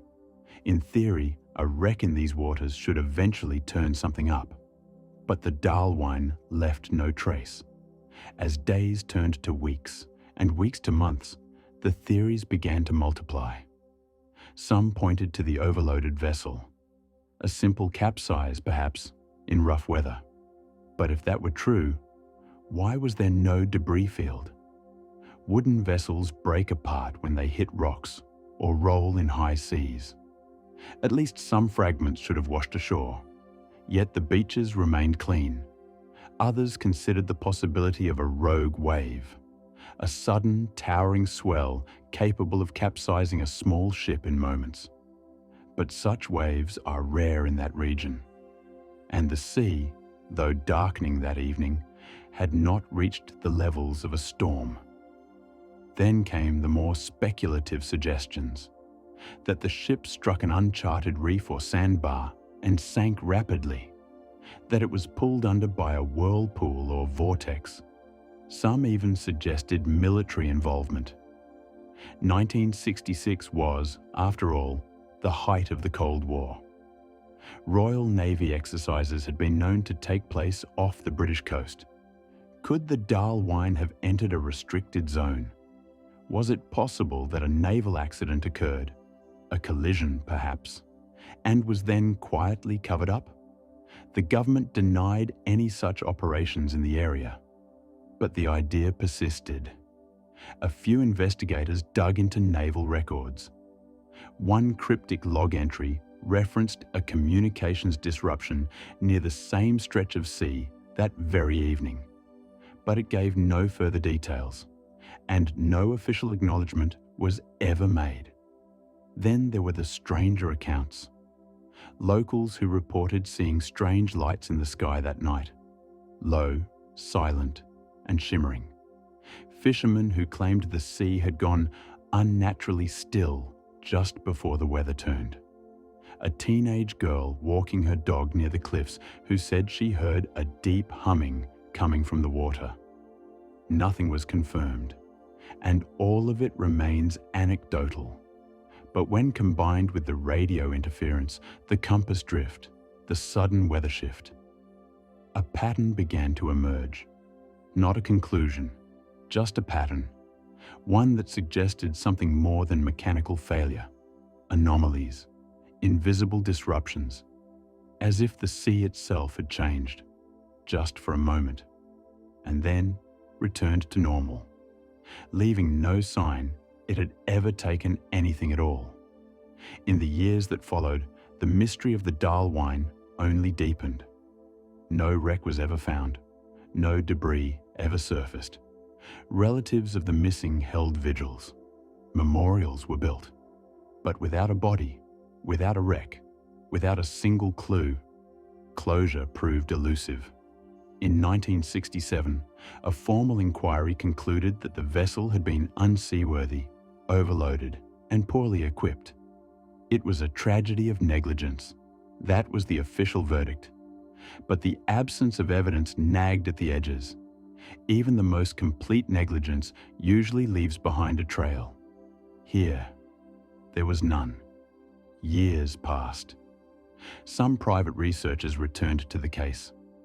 In the 1980s, a team of divers attempted to locate possible wreckage based on updated sonar readings off Dodman Point, a rugged headland along the Dahl Wine's likely route. They found dozens of wrecks, old fishing vessels, smugglers' craft from the 1800s, even the remains of a German U-boat from World War II. But no Dahl Wine, nothing matching her hull or dimensions. In 2007, the BBC ran a retrospective piece on the disappearance. A local fisherman named Clive Thomas claimed his grandfather had once found a plank of wood with the Dahl Wine's name faintly visible beneath the paint. He said it was found tangled in seaweed after a storm, but was thrown away by his father years ago. The story, like many surrounding the Dahl Wine, could not be verified, but it added another flicker to the myth. A piece of the ship, long vanished, washed ashore, then lost again, as if the sea had tried to give something back, and we hadn't noticed. To this day, the disappearance of the Dahl Wine remains one of the most complete maritime vanishings in British history. 31 lives, no trace, no closure, only silence, and a lingering sense that the sea, for all its beauty, can sometimes keep secrets far too well. What happened to the Dahl Wine? Was it truly just a tragic accident? A vessel too full, with no radio, caught in a weather shift? Or was there something else? Something in the air, in the water, in the atmosphere? A resonance that interfered with machines? A lull that swallowed sound? A momentary rift where time didn't flow the way it should? No one knows. And maybe we never will. Because sometimes the ocean doesn't just take lives. It takes the evidence, the witnesses, the very memory of the event. And when that happens, we're left with little more than weather reports and missing persons. And the quiet, the deep, cold quiet of a mystery, too complete to explain. The kind of mystery that doesn't shout for attention. It simply waits, just offshore, where the waves lap at the edge of the known world, and beyond them, the deep.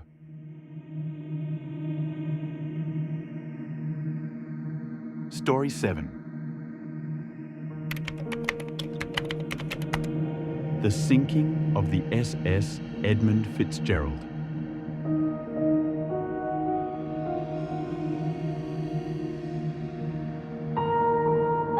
For every ship that disappears entirely, there are others whose final moments are recorded in fragments. Black box readings, distress calls, sightings before the silence. These offer clues, but not closure, because even when the wreck is found, the mystery often remains.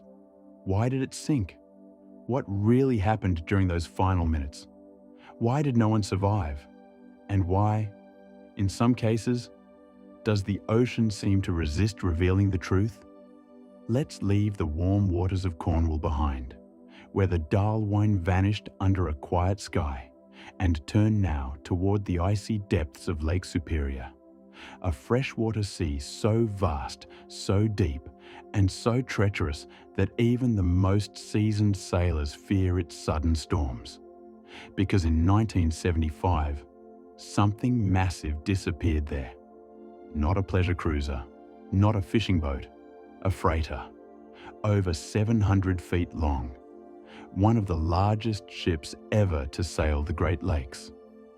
And it vanished in a storm so sudden, so violent, that it left no survivors. Only twisted metal at the bottom of the lake, and a name that still echoes in maritime history, not just because of the tragedy, but because no one can fully explain what went wrong. This is the story of the Edmund Fitzgerald and the 29 souls who vanished with her. It begins on a cold November afternoon, November 9th, 1975.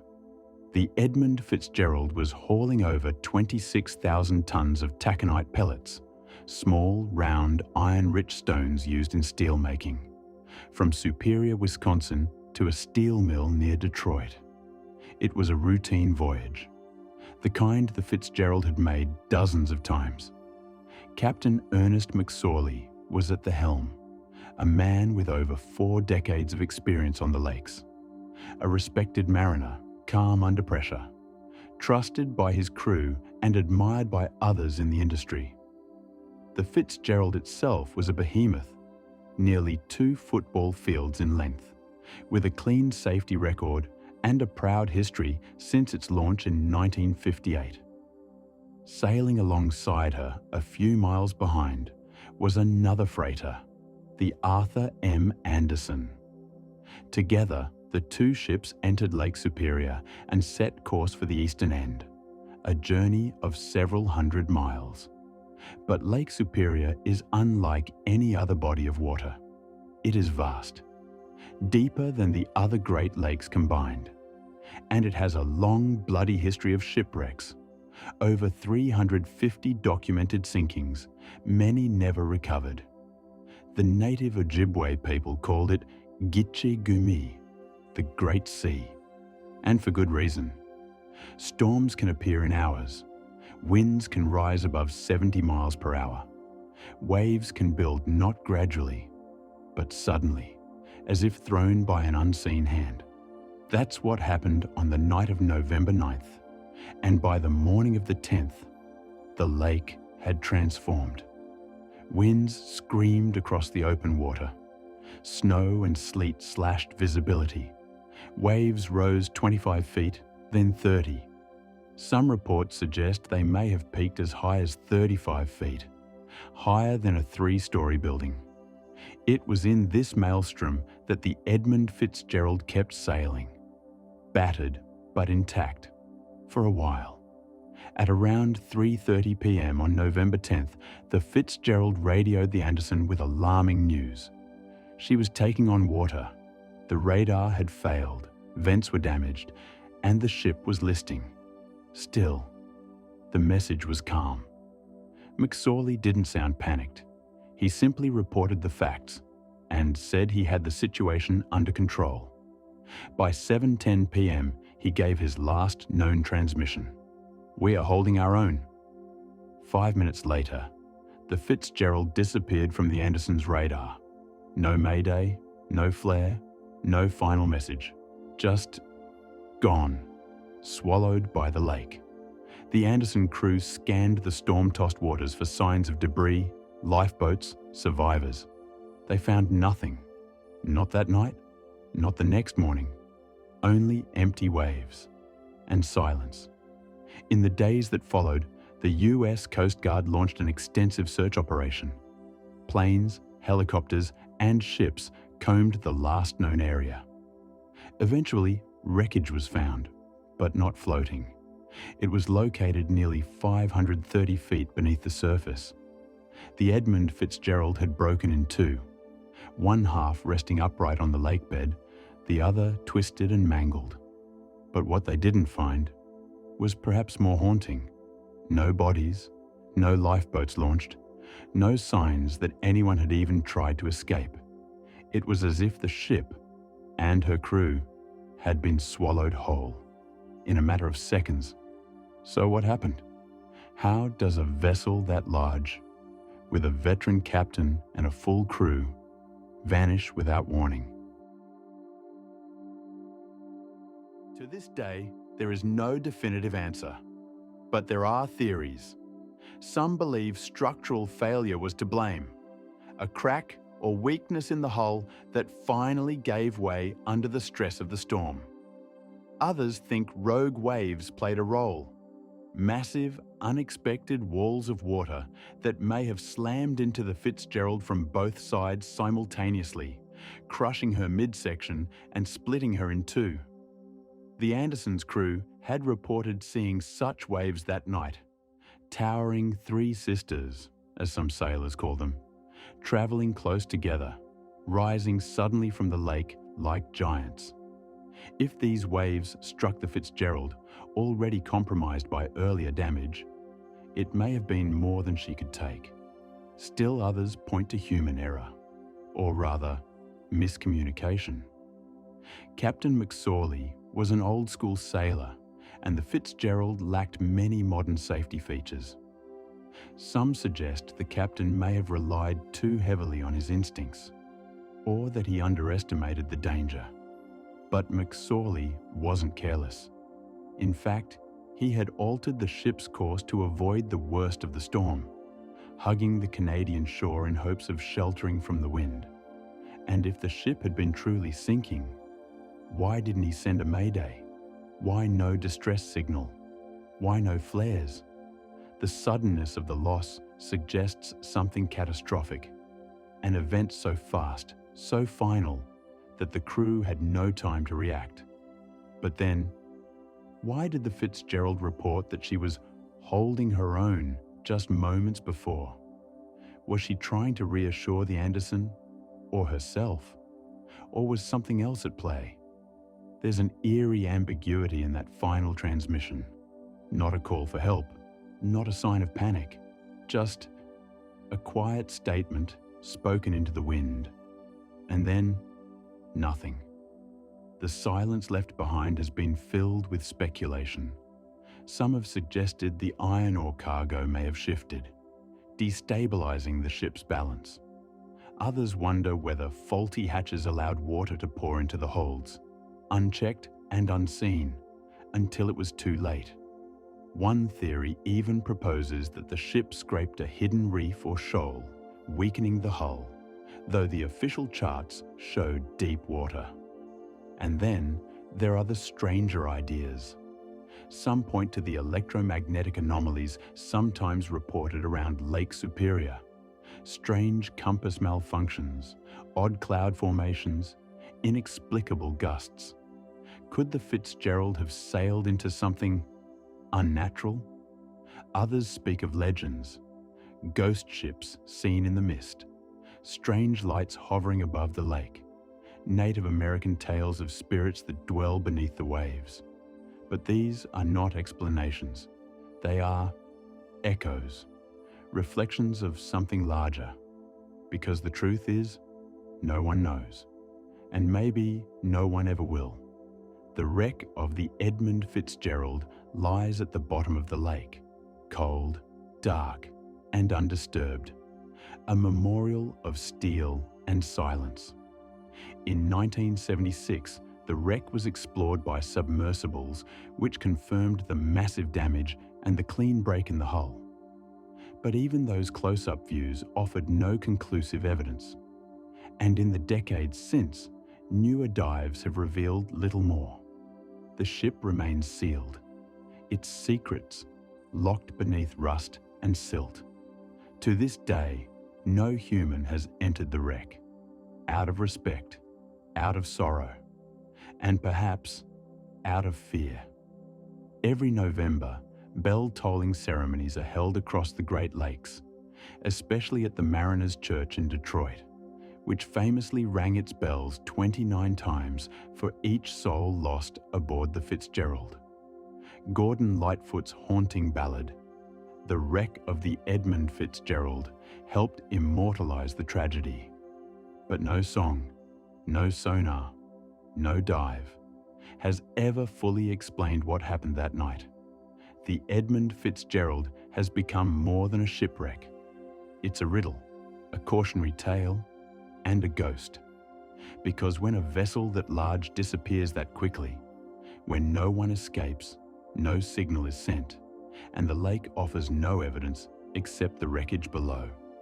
You're left with more than grief. You're left with questions. Did something snap in the hull? Did waves collide in just the wrong way? Or did the ship simply vanish? Not in the literal sense, perhaps, but in spirit. Because Lake Superior doesn't forgive, and it doesn't forget.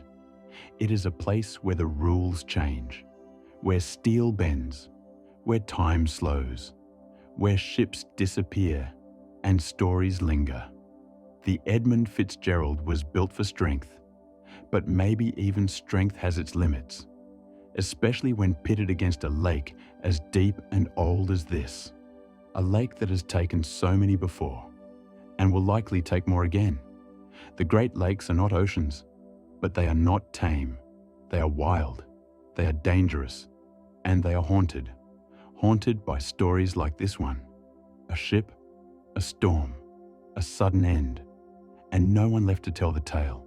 Only cold water, only silence, only the memory of 29 men who never came home. Somewhere beneath the waves, the Edmund Fitzgerald lies still, twisted, broken, but not forgotten. She is more than metal. She is memory. She is mystery.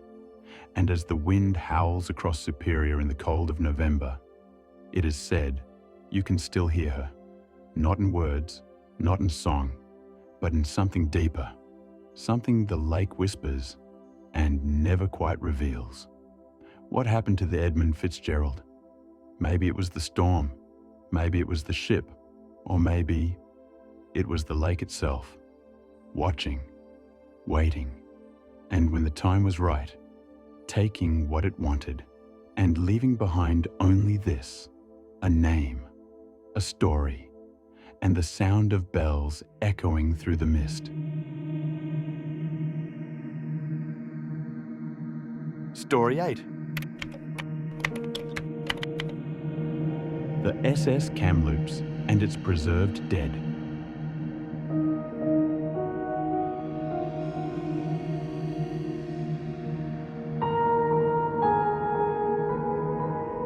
From the wild gales that once howled across Superior's November skies, to the solemn toll of bells echoing over Blackwater, we now descend even deeper into the lake's long memory, past the shattered remains of the Edmund Fitzgerald, and into a colder, darker realm, where time itself seems to have frozen. Because beneath the western reaches of Lake Superior, resting far below the surface where light struggles to reach, there is another ship, one not broken in half or scattered across the lake bed, but eerily intact, upright, preserved, and inside it, something waits.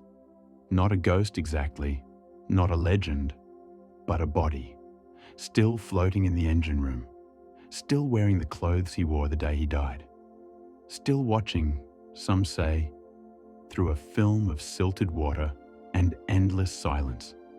This is the story of the SS Kamloops, a shipwreck that holds not just questions, but a presence, a mystery made flesh, a preserved man in a preserved ship, resting in a preserved world. And the deeper you look, the stranger it becomes. The year was 1927, a time of steam whistles and coal smoke, when the Great Lakes were alive with iron hulls and the rhythmic pulse of industry. Ships crisscrossed Superior like veins through a body, carrying goods, grain, machinery, and ore across one of the most unpredictable inland seas in the world. The SS Kamloops was one of them, a modest freighter, 250 feet long and built for versatility. She was what sailors called a canaller, a ship narrow and short enough to navigate the locks of the Welland Canal, allowing her to move cargo between Lake Ontario and Lake Superior with relative ease. She was Canadian-built, launched in 1924, and considered a modern marvel of her class. Fast, reliable, and crewed by a tight-knit team of around 20. In many ways, she was ordinary. Not grand like the ocean liners, nor as rugged as the ore carriers. But the Kamloops had something else, a reputation for being efficient, timely, and always on schedule. In December of 1927, the Kamloops was making a late-season run, one of the last before the lake froze over for winter. It was a risky time to sail. Lake Superior in December is not kind. The winds grow sharp, the waves unpredictable. Ice begins to form in eerie sheets that crawl across the surface like the fingers of some great frost-bound hand. Most captains tried to avoid such voyages altogether. But not Captain Ruggles. He was seasoned, and he trusted his ship. The Kamloops was loaded with general cargo, farm equipment, wire fencing, shoes, foodstuffs, and, according to records, some boxes of Christmas candy. She was bound for Fort William, on the lake's northern shore. The journey should have been straightforward. On December 6th, the Kamloops was last seen steaming westward near Isle Royale, a vast, forested island rising like a shadow from Superior's depths. And then, she vanished. There was no radio call, no sighting, no wreckage, only silence. When she failed to arrive at her destination, hope lingered for a time. Perhaps she was delayed by weather. Perhaps she'd sought shelter in a cove. But as the days stretched into weeks, the winter deepened, and ice closed across the lake's surface, that hope withered. Search parties were dispatched. Planes flew reconnaissance over the frozen shoreline. Nothing. She had simply disappeared. 22 crew members gone. Months later, in the spring thaw of 1928, the first grim sign of the Kamloops re-emerged. Along the shore of Isle Royale, searchers began to find bodies. Not many, just a handful, washed up along the rocky beaches.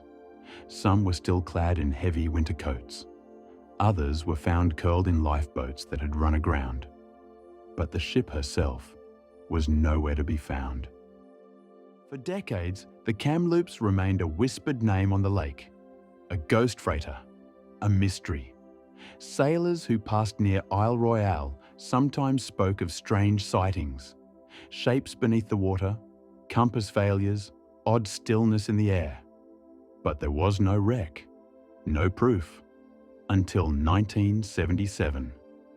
That summer, a group of divers exploring the deep waters near the north side of Isle Royale made a startling discovery. There, resting nearly 270 feet below the surface, was the Kamloops. Upright, unbroken, preserved. She sat like a time capsule in the cold silence, her hull wrapped in a thin coat of aquatic growth, but otherwise pristine. Her masts still pointed upward, her cargo still neatly arranged. Even the cabin windows remained intact, and inside was the crew. Not all of them, but some, and one in particular, the man who would come to be known as the Frozen Man.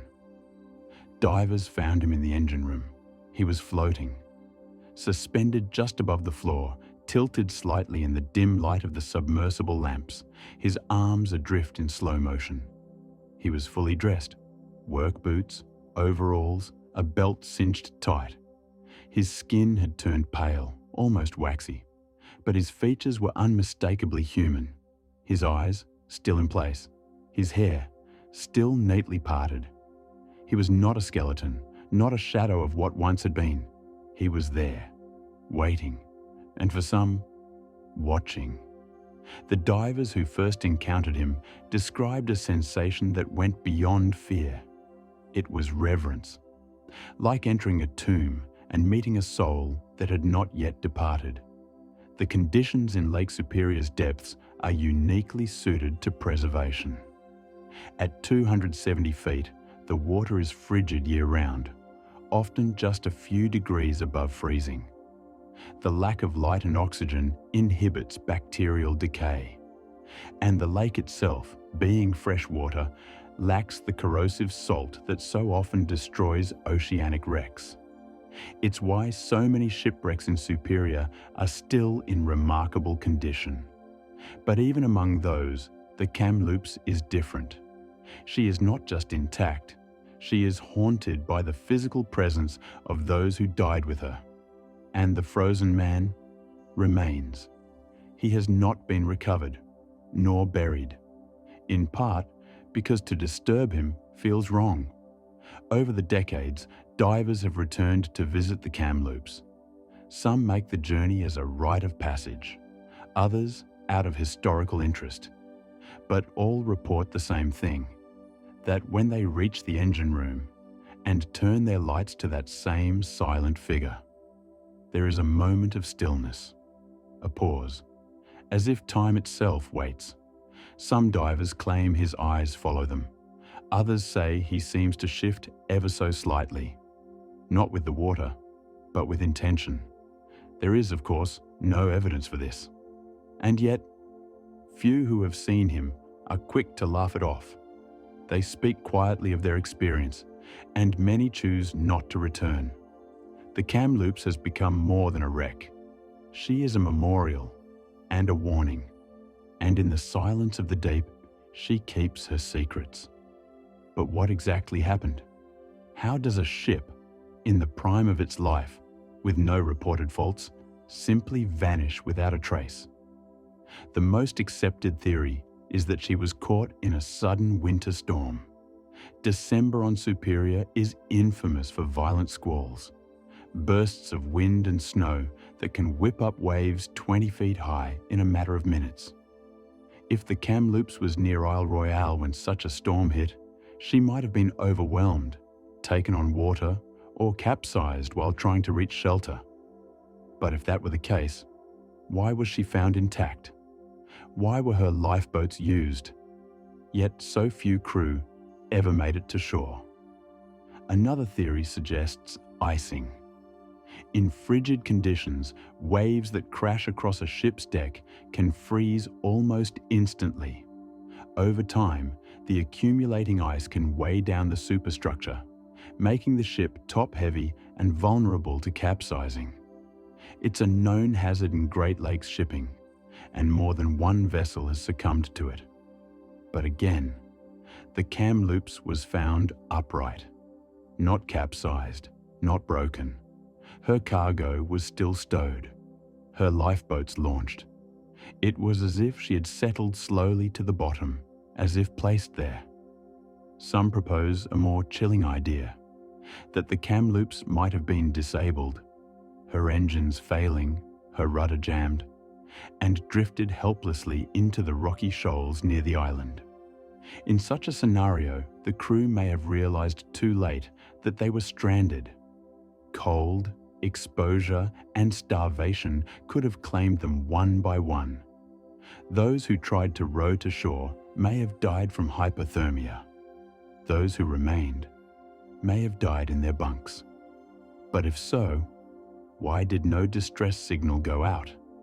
The Kamloops was equipped with wireless radio. Rudimentary perhaps, but functional. Was it damaged? Was the crew too panicked to use it?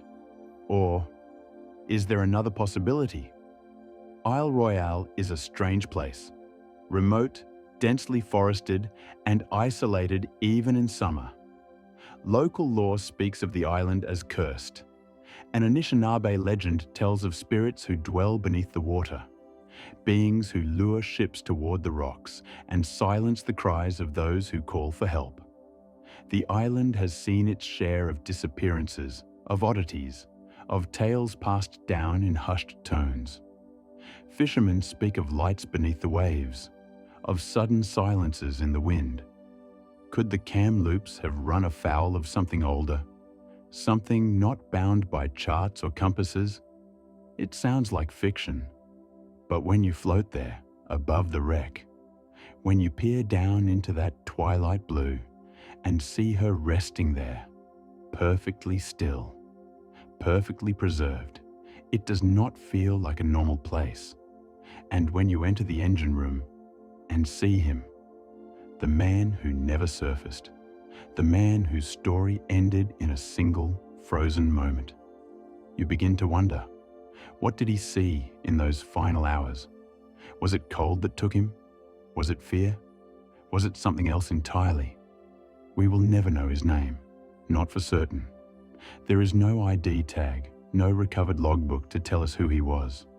Only his presence, his floating form, silent and waiting, as though the moment of death had never finished its breath. And maybe that's the real mystery.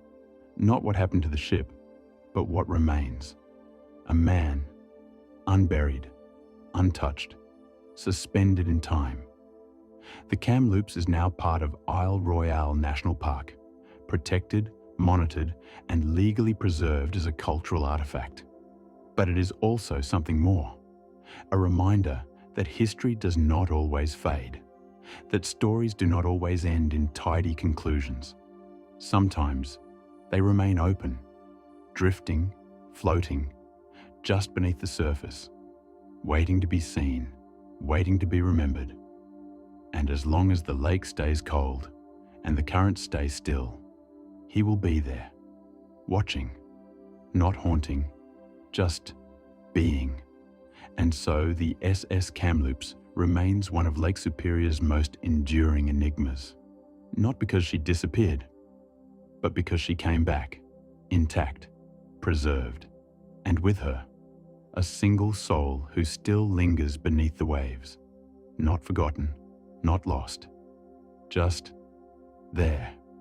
And in the end, perhaps that's the strangest thing of all, that in a lake so vast and unknowable, where steel is torn and men vanish without warning, someone could remain, unchanged, untouched, and still waiting to tell their story, if only we knew how to listen.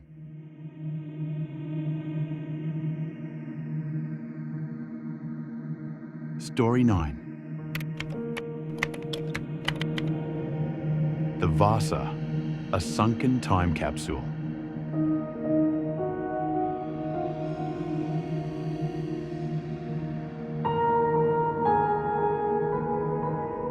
From the silent stillness of the Great Lakes, where the SS Kamloops waits in a ghost-like slumber beneath the cold veil of Lake Superior, we now turn our attention to a different kind of maritime tomb. Not one of icy freshwater, but of brackish, forgotten currents beneath a European harbour. It is a story from long ago, but one that returned, almost untouched, as if time itself had paused to preserve its secrets. The Vasa was meant to be the pride of a nation, an icon of power, strength, and seafaring ambition. But on her maiden voyage in 1628, she didn't cross oceans. She didn't engage the enemy. She didn't sail far from the harbour at all. She sank, right there in Stockholm's harbour, in full view of horrified spectators. For centuries, the Vasa lay buried in the sediment beneath the Baltic Sea, hidden, forgotten, and assumed lost forever. And then, more than 300 years later, she came back, not as a rotted hull or broken relic, but almost whole. Her timbers still intact, her carvings still etched in place, her colours faint but visible. A wooden cathedral raised from the deep, as if the sea had been keeping her, waiting for someone to ask why. This is the story of the Vasa, and how one of history's most embarrassing naval disasters became one of its greatest archaeological miracles. The year was 1626, and Sweden was on the rise. Under the rule of King Gustavus Adolphus, the Swedish Empire was expanding rapidly, its influence stretching across the Baltic, challenging Danish, Polish, and Russian dominance in the region. The king was a military strategist, a modernizer, and a man obsessed with appearances. He wanted his navy to reflect Sweden's new role as a dominant European power. And to do that, he needed ships. Big ones. The Vasa was to be the crown jewel. Commissioned as part of an ambitious shipbuilding program, the Vasa was designed to be both beautiful and terrifying. A warship that would carry 64 guns, adorned with intricate carvings of lions, gods, emperors, and biblical scenes. She was more than a weapon. She was propaganda, a floating message to Sweden's enemies. Behold what we can build. Construction began at the naval shipyard in Stockholm under the direction of master shipwright Henrik Hubertsson. But there was a problem. Several, in fact. The king demanded more firepower than the design could safely handle. As changes were made, the ship's center of gravity shifted. Its upper decks became heavier and more unstable. But no one dared challenge the king's vision. It was a different era. Naval architecture was still based more on tradition than science. Shipbuilders relied on experience and intuition. There were no detailed calculations for stability, just proportions, guesswork, and hope. By the summer of 1628, the Vasa was ready. She was over 220 feet long, with towering masts and richly painted statues adorning every surface. Her upper gun deck bristled with 24-pound cannons, each one weighing nearly 2 tons. She was unlike anything Sweden had ever built. On August 10th, 1628, crowds gathered along the harbour to watch the great ship set sail. Trumpets played. Flags fluttered in the breeze. Noblemen, sailors, families all watched in awe as the Vasa was slowly towed out into Stockholm's inner harbour. Her gun ports were open, her sails unfurled. It was to be a short journey, just a few nautical miles down the coast before completing outfitting and joining the fleet. But as the Vasa caught the wind and began to move under her own power, something felt wrong. She heeled, slightly at first, then more sharply. A gust of wind caught her sails. She lurched to port. The open gun ports dipped toward the water. And then, the Baltic Sea poured in. Water rushed through the lower gun deck. The cannons, unsecured, shifted. The ship's massive upper structure pulled her down further. Within minutes, the Vasa rolled onto her side and sank, right there in full view of the city. It happened so quickly, so suddenly, that onlookers could hardly believe what they'd seen. Screams echoed across the harbour. Men scrambled for lifeboats. Around 30 lives were lost, sailors, guests, and workers who had joined the maiden voyage. The Vasa was gone, and Sweden's proudest ship had become its greatest embarrassment. In the days that followed, divers, using primitive diving bells, attempted to recover what they could. Some of the valuable bronze cannons were salvaged, but the ship itself remained where it fell. Over time, it was buried in layers of mud and sediment, forgotten, left to rot, or so it was believed. But the waters of the Baltic are unlike other seas, low in salt, cold, deprived of the wood-eating organisms that devour shipwrecks elsewhere. And so, for over 3 centuries, the Vasa remained, not rotted or consumed, but quietly preserved beneath a veil of silt and brackish water. Her timbers settled into the seabed, her carvings dulled but intact, like a time capsule, sealed by accident but kept by nature.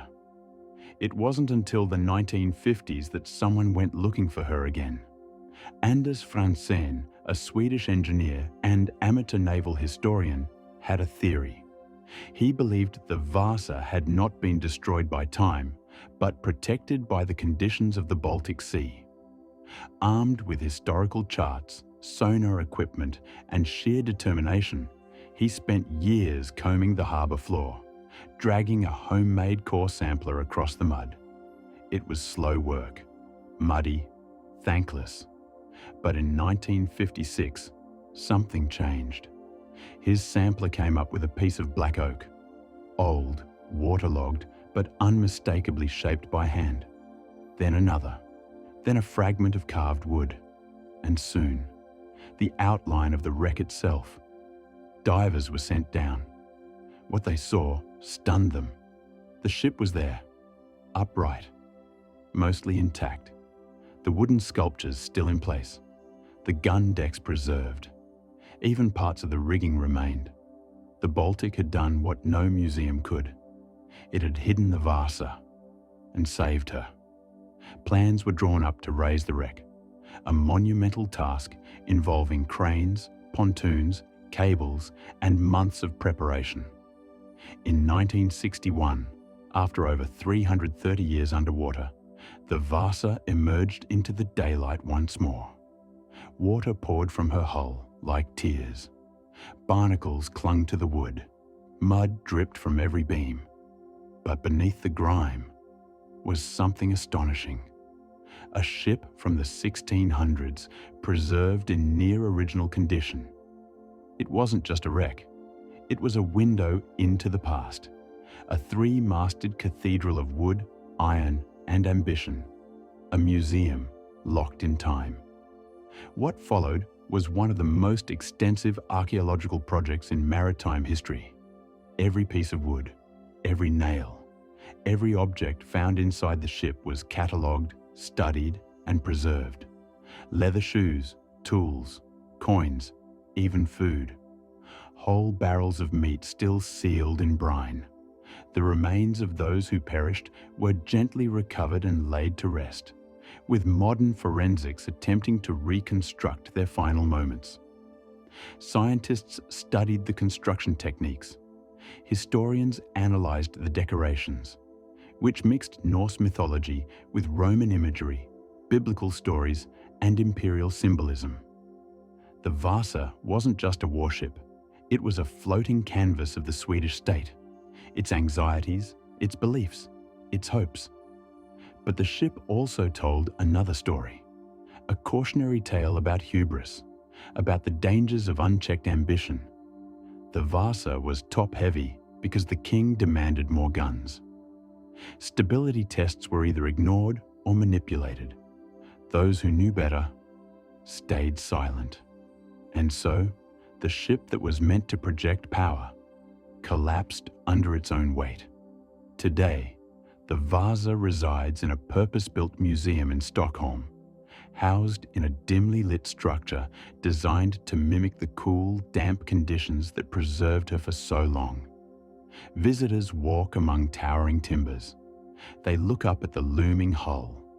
They run their fingers across 17th century carvings. They see the faces of those who died, reconstructed through forensic artistry, based on the bones recovered from the wreck. It is haunting. It is beautiful. It is sobering, because the Vasa is not a legend. She is not a myth. She is real. You can stand before her. You can feel her presence. And that is perhaps the most extraordinary part, that a ship which vanished in moments could return centuries later, almost whole. And yet, questions remain. How did she stay so intact when other ships of her era were reduced to splinters? Why were there no further attempts to recover her, even after the cannons were salvaged?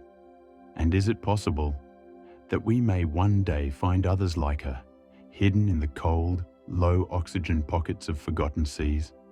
There's something uncanny about the Vasa's preservation, as if the sea chose to keep her, as if time itself paused, not out of mercy, but curiosity. And when you walk her decks today, you feel it. The weight of silence, the echo of ambition, the breathless pause between wind and disaster. The Vasa did not sail to war. She fired no shots. She took no prizes. But in sinking, she became eternal. A ship remembered not for what she did, but for what she became. A monument to the fragile line between power and pride. A relic kept not in pieces, but in full. And perhaps that is the strangest thing of all. That in a world where the sea devours without hesitation, consuming ships, stories, and souls, one vessel remained. Not lost, not broken, just waiting, waiting to be found, waiting to remind us that history is not always buried. Sometimes it simply sleeps.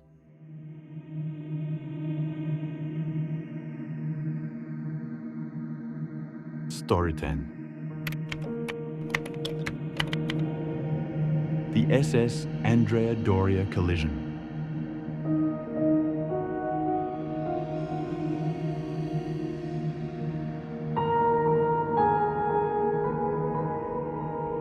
Not all maritime mysteries lie in the forgotten past or at the bottom of ancient seas. Some unfold in the modern world, witnessed, recorded, and investigated, yet still shrouded in a fog of uncertainty. They don't vanish without a trace. Instead, they leave behind wreckage, evidence, survivors, and still no satisfying answers.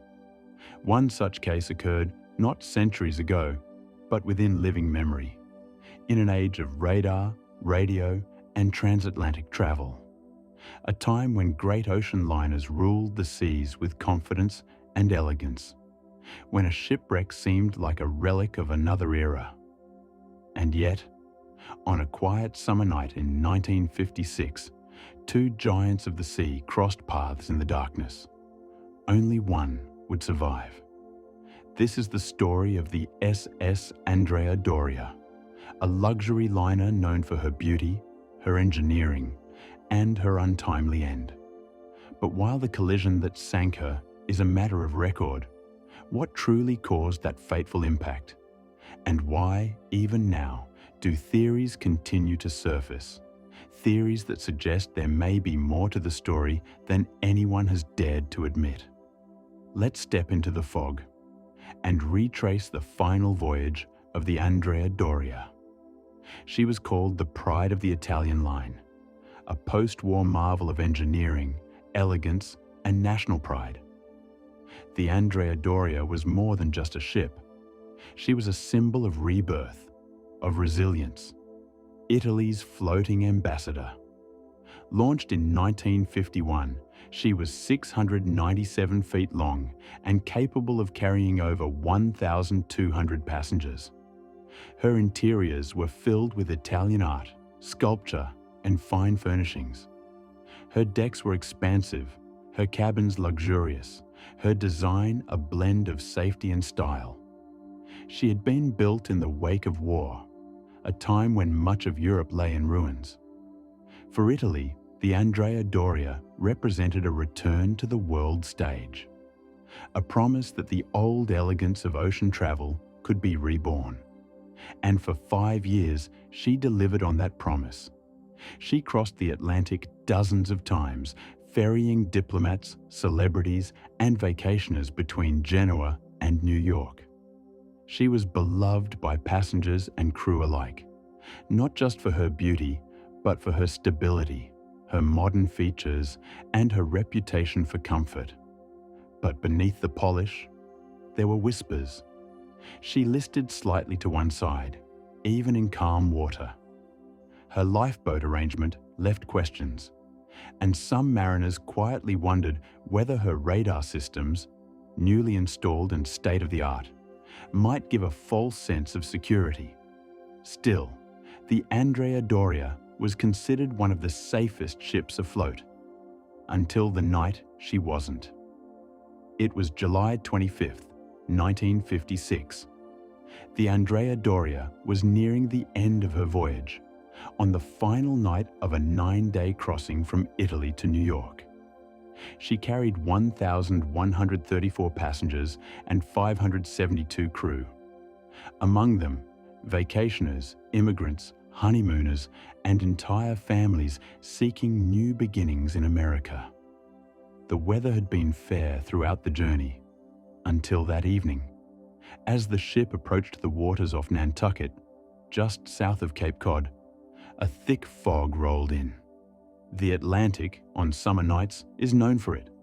A dense, damp, blinding shroud that can swallow even the largest vessels whole. But this was 1956. Radar had changed everything, or so it was believed. Captains could now see through the fog, tracking nearby ships even when the eye could not. The Andrea Doria's radar screen showed another vessel approaching, on a course that would pass safely ahead. The other ship was the MS Stockholm, a Swedish-American liner bound for Gothenburg, carrying fewer passengers but built for resilience. She was smaller, boxier, and far less glamorous. But her bow was reinforced, a powerful steel edge designed for icy northern routes. The Stockholm's crew also spotted the Andrea Doria on radar, and likewise calculated a safe passing distance. Both ships saw each other. Both captains made decisions based on that data. And yet, minutes later, they collided. It happened just before midnight. Passengers aboard the Andrea Doria described a low rumble at first, then a shudder, then the deafening sound of steel tearing through steel. Lights flickered, cabins tilted, furniture flew across rooms. The Stockholm's bow had driven 30 feet into the starboard side of the Andrea Doria, just below the bridge, slicing into her hull like a blade. People in their beds were thrown to the floor. Hallways canted sharply. Children screamed. Seawater rushed in. The Stockholm's reinforced bow had held, though its entire forward section was mangled. But the Andrea Doria was bleeding. Her hull was compromised. Water flooded into multiple compartments, and she began to list hard to starboard. Her elegant lean turned into a terrifying tilt. Doors jammed. Lifeboats on the starboard side became unusable, hanging high over the waves. In those first moments, confusion reigned. Radio calls went out. The fog still hung heavy over the sea. Most passengers had no idea what had happened, only that something had gone terribly wrong. Crew members scrambled to assess the damage. Some passengers reported being told to return to their cabins. Others were urged topside. In the hours that followed, a remarkable rescue operation began to unfold. Nearby ships, alerted by distress signals, raced toward the scene. The French liner Île-de-France was among the first to arrive, lighting the sea with her floodlights and helping to ferry passengers off the wounded Doria. Through coordinated effort and sheer luck, most of those aboard the Andrea Doria were saved. In total, 46 people lost their lives, nearly all in the initial impact. Given the scale of the disaster, the survival rate was astonishing. By morning, the Andrea Doria lay on her side, a once proud liner now listing at a severe angle, her decks tilted toward the sea. At 10:09 a.m., just under 11 hours after the collision, she slipped beneath the waves. Her bow rose briefly, as if in defiance, then disappeared. She came to rest more than 200 feet below, near the edge of the continental shelf. The sinking of the Andrea Doria shocked the world. How could two ships, both equipped with radar, both aware of each other's presence, collide in open water? The press quickly dubbed it the most costly accident in maritime history. An official inquiry followed. Investigators analyzed radar logs, crew testimony, navigational charts. They reconstructed the courses of both ships. They reviewed radio protocols, and they listened carefully to what the captains had to say. What emerged was not clarity, but contradiction. Both ships claimed the other had been at fault. Captain Piero Calamai of the Andrea Doria believed the Stockholm had altered course too late, turning unexpectedly into a collision path. The Stockholm's officers, meanwhile, maintained that they had acted appropriately, and that the Doria had misread their course. The radar logs added to the confusion. They suggested that one or both crews may have misunderstood the information or had faulty assumptions about what the radar signals truly indicated. Some experts believe the Andrea Doria's crew misjudged the other ship's heading, confusing port for starboard or closing distance for steady bearing. Others argue that the Stockholm's reinforced bow, while legally permissible, turned what might have been a glancing blow into a fatal wound. And there were deeper questions still. Was overconfidence in radar to blame? Had modern technology, still relatively new at sea, created a false sense of safety? And was there something else, something less visible, that shaped the final moments before impact? Survivors told strange, fragmented stories. A few claimed the fog was heavier than any they'd ever seen, dense enough to distort sound. Some insisted they'd heard no ship's horn until seconds before the collision. Others said the impact came without warning at all, as if the other vessel had appeared out of nowhere. Conspiracy theorists have long latched onto these ambiguities. One fringe theory suggests the Andrea Doria was deliberately targeted, that the collision wasn't an accident, but a calculated strike. There is no evidence to support this, but the idea persists, fueled by the strange angle of impact and the mystery surrounding why no one acted sooner. Another theory focuses on equipment malfunction. Was the radar faulty? Had one of the systems been calibrated incorrectly, causing a mirrored display or inverted headings? In 1956, radar technology was still evolving, and while revolutionary, it was not infallible. Some believe the Doria's crew misinterpreted the data, assuming they were passing starboard to starboard when in fact they were closing in directly. Others point to human fatigue. The collision occurred near midnight, a time when crews were tired, visibility was poor, and assumptions easy to make. Could a simple misreading, 1 degree off, have sealed the ship's fate? Then there's the fog itself. Meteorological reports confirm it was heavy that night, but some survivors described it differently. Thicker, colder, almost unnatural. There are accounts of electrical interference, compasses fluctuating, static on the radio. Was this merely a symptom of atmospheric conditions, or something else? Theories range from the plausible to the bizarre. Some propose a thermal inversion, a weather event that traps air layers, distorts radar signals, and baffles navigational instruments. Others suggest magnetic anomalies. The area near Nantucket has long been associated with navigational quirks, unexplained compass deviations, even minor time distortions. Most of these claims are anecdotal, but they echo other maritime tales, from the Bermuda Triangle to the Devil's Sea, where ships report strange behavior before vanishing. Could the Andrea Doria have entered one such thin place, where instruments misread and visibility warps? There's no hard data to confirm it, but it remains a possibility whispered in nautical circles. And then there's the wreck itself. Lying on her side, deep beneath the Atlantic, the Andrea Doria has become a mecca for divers and a grave for questions. Over the years, dozens of expeditions have explored her remains.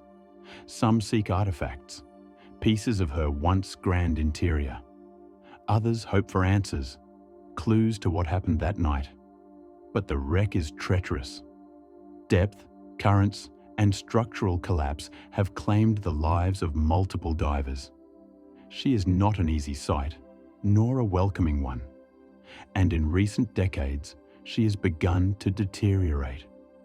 Collapsing inward, her decks warping, her walls imploding under pressure and time. Each year, more of her is lost. Whatever secrets she still holds may not remain accessible for long. And that's perhaps the most haunting truth of all. Because the Andrea Doria was not a myth nor a ghost. She was real, grand, visible, touched by thousands. And yet her end remains cloaked in fog, both literal and metaphorical. We know how she sank, but we still don't truly know why. She was the last great ocean liner to be lost at sea, and perhaps the most enigmatic. For all the safety, for all the radar, for all the experience, she met her fate in silence. No great storm, no enemy action, just two ships, a fog, and a moment. It reminds us of something easy to forget in the age of satellites and sonar, that the sea is still wild, still unpredictable, still governed by rules we don't fully understand. And sometimes, all it takes is a single misjudgment, a single misread screen, a single degree off course, to turn elegance into tragedy and presence into absence. The Andrea Doria lies still, tilted, rusting, fading into the deep, but her name lingers, whispered in maritime academies, etched in memorials, studied by investigators, hunted by divers, and mourned by those who knew her not as a mystery, but as a marvel. In the end, she became both. And as we look back across the years, through the layers of fog and inquiry, one question still drifts across the waves. If two great ships, visible, aware, equipped, can collide in open water, what else might still go unseen? Story 11. The HMS Bounty Mutiny Legacy.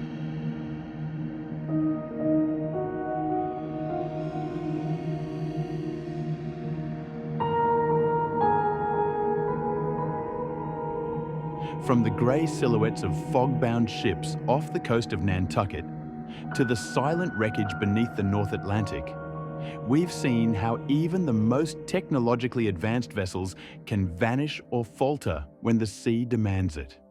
But not all maritime mysteries begin in steel or end with sonar. Some begin centuries ago, on the wooden decks of a ship so infamous, her very name became a synonym for betrayal.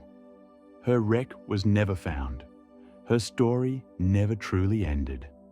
And the men who seized her disappeared into one of the most remote corners of the ocean, leaving behind not just a legacy of mutiny, but a trail of unanswered questions that still haunts the Pacific to this day.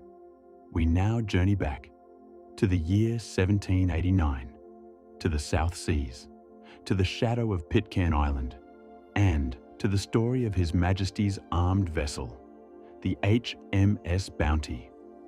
The tale of the Bounty is one of the most enduring legends in naval history, a story of duty and rebellion, of paradise and punishment, of a mutiny that shocked the world, and of a ship whose final resting place may still lie hidden beneath the waves, lost to time, or perhaps something else. The story begins not with a storm, but with a garden. The Bounty was built as a merchant vessel in 1784, later purchased and refitted by the Royal Navy. She was small by naval standards, just 90 feet long, with a single deck, a single mast, and no guns of consequence. She wasn't built to fight, she was built to collect. Her mission was botanical, to sail to Tahiti, gather thousands of breadfruit plants, and transport them to the British colonies in the West Indies, where they would be used as a cheap and sustainable food source for enslaved labourers. It was a project driven by empire, agriculture, and ambition. And the man chosen to lead it was Lieutenant William Bligh. Bligh was no stranger to the sea. He had sailed under Captain Cook during his final voyage, and by the late 1780s, he was considered a capable, if stern, officer. The Bounty departed England in December of 1787 with a crew of 46 men. They would not return. The journey to Tahiti was long and grueling. The Bounty was delayed by storms, forced to take the longer route around the Cape of Good Hope, and spent months at sea before finally reaching the islands in October of 1788. But if the voyage there was hard, the island itself was paradise. Tahiti, with its lush mountains, warm breezes, and generous people, cast a spell over the crew.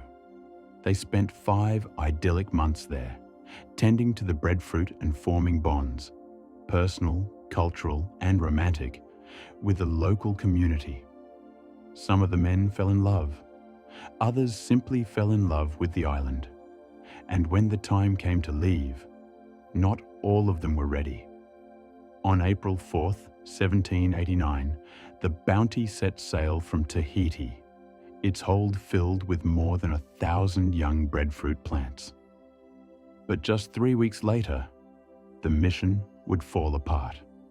In the early hours of April 28th, 1789, as the ship lay anchored off the volcanic island of Tofua, a mutiny erupted.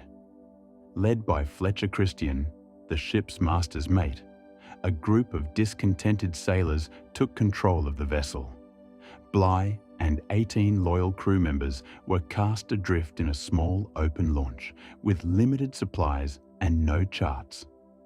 The mutineers seized the Bounty and turned her back toward the open ocean, their fates unbound, their loyalties severed. Bligh's survival was a feat of near miraculous navigation.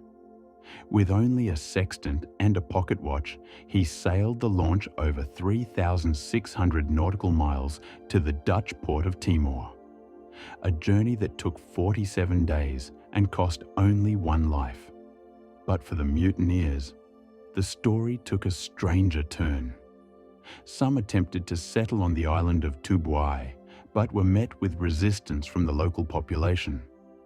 Eventually, many returned to Tahiti, where they were later captured by British forces and brought back to England to stand trial. But not Christian. He and a small group of followers, including 6 fellow mutineers, a dozen Tahitian men, and a handful of Tahitian women, vanished into the eastern Pacific. Their destination, Pitcairn Island. At the time, Pitcairn was a speck on the map, mischarted by several degrees, and considered uninhabited. It was perfect for hiding. They arrived in early 1790, and then the Bounty was burned. According to later testimony from the last surviving mutineers, the ship was stripped of useful material and set ablaze, its flaming hulk illuminating the cliffs as it sank into the shallow waters of Bounty Bay. The fire, they said, was symbolic, a point of no return. With the ship gone, there could be no turning back, no retreat, no pursuit, no second thoughts.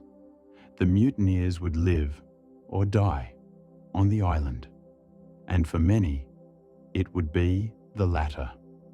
Life on Pitcairn was not the paradise they had hoped for.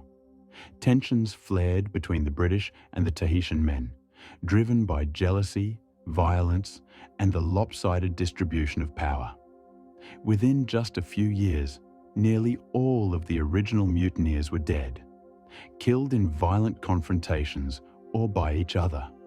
Only one remained, John Adams. When an American ship happened upon the island in 1808, nearly 20 years after the mutiny, they found a small, thriving community of women and children, and one grey-bearded man living among them.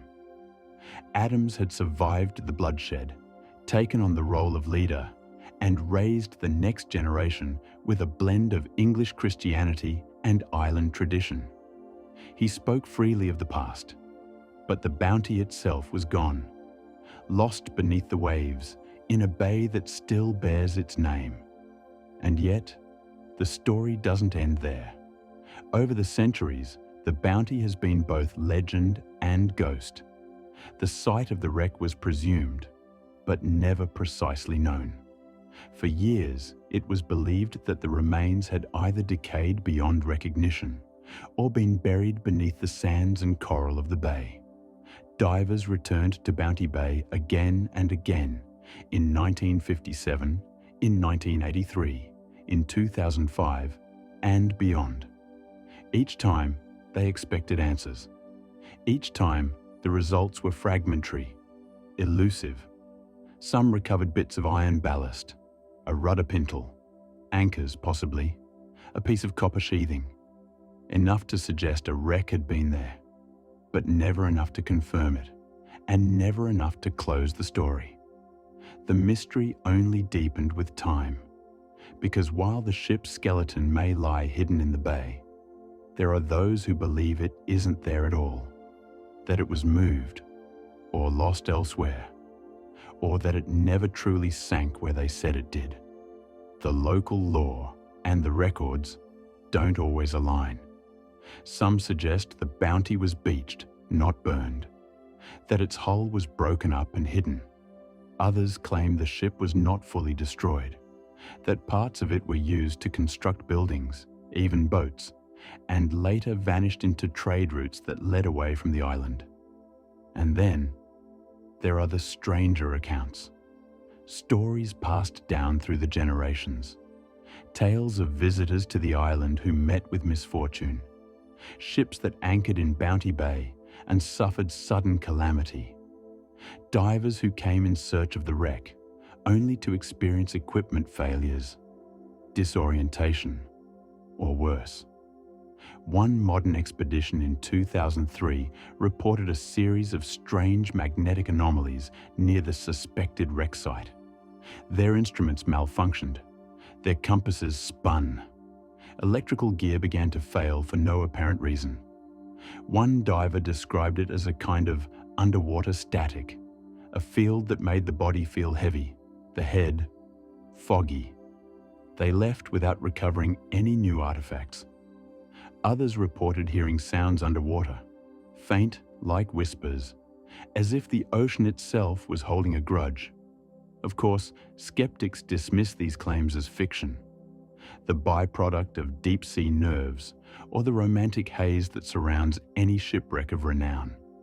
But Pitcairn is no ordinary island, and the Bounty is no ordinary wreck.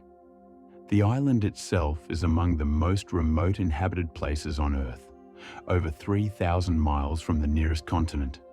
Its cliffs are sheer, its landing treacherous. Storms gather fast, and the sea can rise without warning. Many who have approached the island by boat have found themselves turned away by sudden squalls, or worse, dashed against the rocks by an unforgiving current. It is not a place that welcomes. It is a place that watches. And in that watching, some say, is a warning. Because at its core, the story of the Bounty is not just about mutiny. It's about the line between civilization and isolation, between duty and desire, between the order of empire and the chaos that follows when that order breaks. For Bligh, the mutiny was a betrayal of everything he believed in. For Christian, it was a revolt against tyranny, a grasp for freedom in a place where he felt more alive than he ever had under the lash of naval command. And for those who remained on Pitcairn, it was something else entirely. Survival, reinvention, a chance to build something new, or fall apart trying. And the Bounty? She became a ghost, not just of timber and sail, but of meaning. Her fate, ambiguous, debated, never fully resolved, mirrors the very mystery of the sea itself. Solid until it isn't. Mapped until it drifts. Witnessed until the waves erase it. Even today, efforts continue to locate and document what remains of the Bounty. Ground-penetrating sonar, remote-operated vehicles, underwater archaeology teams with the latest in scanning technology. And yet, she remains elusive, a phantom beneath the surf. Perhaps she's there, buried in silt, concealed beneath coral, her shape indistinguishable from the rocks around her. Or perhaps she's scattered, taken piece by piece, year after year, by the tides and the people and the passage of time. But there's one more theory, one that is never printed in journals, but whispered on the edges of documentaries, in the margins of maritime forums, in the folklore of those who still live on Pitcairn, that the Bounty does not wish to be found, that she was not just a ship, but a story, a living narrative, bound not to one place, but to a legacy that only grows more powerful with ambiguity, that she is still out there, somewhere beneath the waves, or beyond them, that her soul, and the souls of those who took her, are watching still. And perhaps that's why each expedition returns with less than it hoped, because to find her would be to end the mystery, to silence the questions, and the ocean does not give up her ghosts so easily. So the next time you look at a map and see the tiny dot that is Pitcairn Island, the next time you hear the name Bounty and feel the weight of its history, remember that some wrecks are not lost because we cannot find them. They are lost because they do not want to be found. The mutiny has long since ended. The men are long since buried. But the legacy drifts on, in the tide, in the silence, in the deep, waiting, watching, enduring, and somewhere beneath the waves of Bounty Bay, or beyond its horizon, a ship may still lie, forgotten by time, remembered by legend, and protected by something we cannot quite name. From the sunlit cliffs of Pitcairn to the dark waters below, the story of the Bounty endures, not because of what we know, but because of what we never will.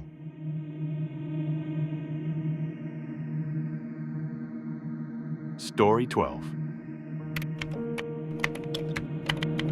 The steamship Pulaski explosion.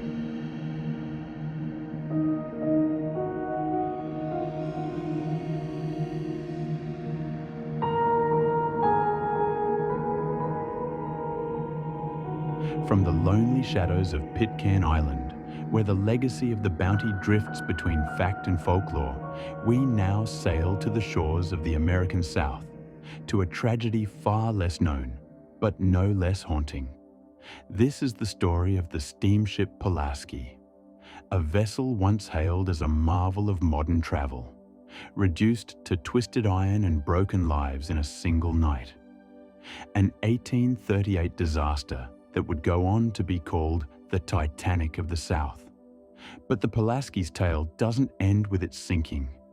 It begins again, in the ghost stories that followed, in survivors adrift for days under a merciless sun, in lifeboats said to vanish, and in whispers of treasure, gold, jewels, and secrets, still resting on the ocean floor. This is a story of fire, water, and silence. And it begins, as so many tragedies do, in an age of optimism. The year was 1838.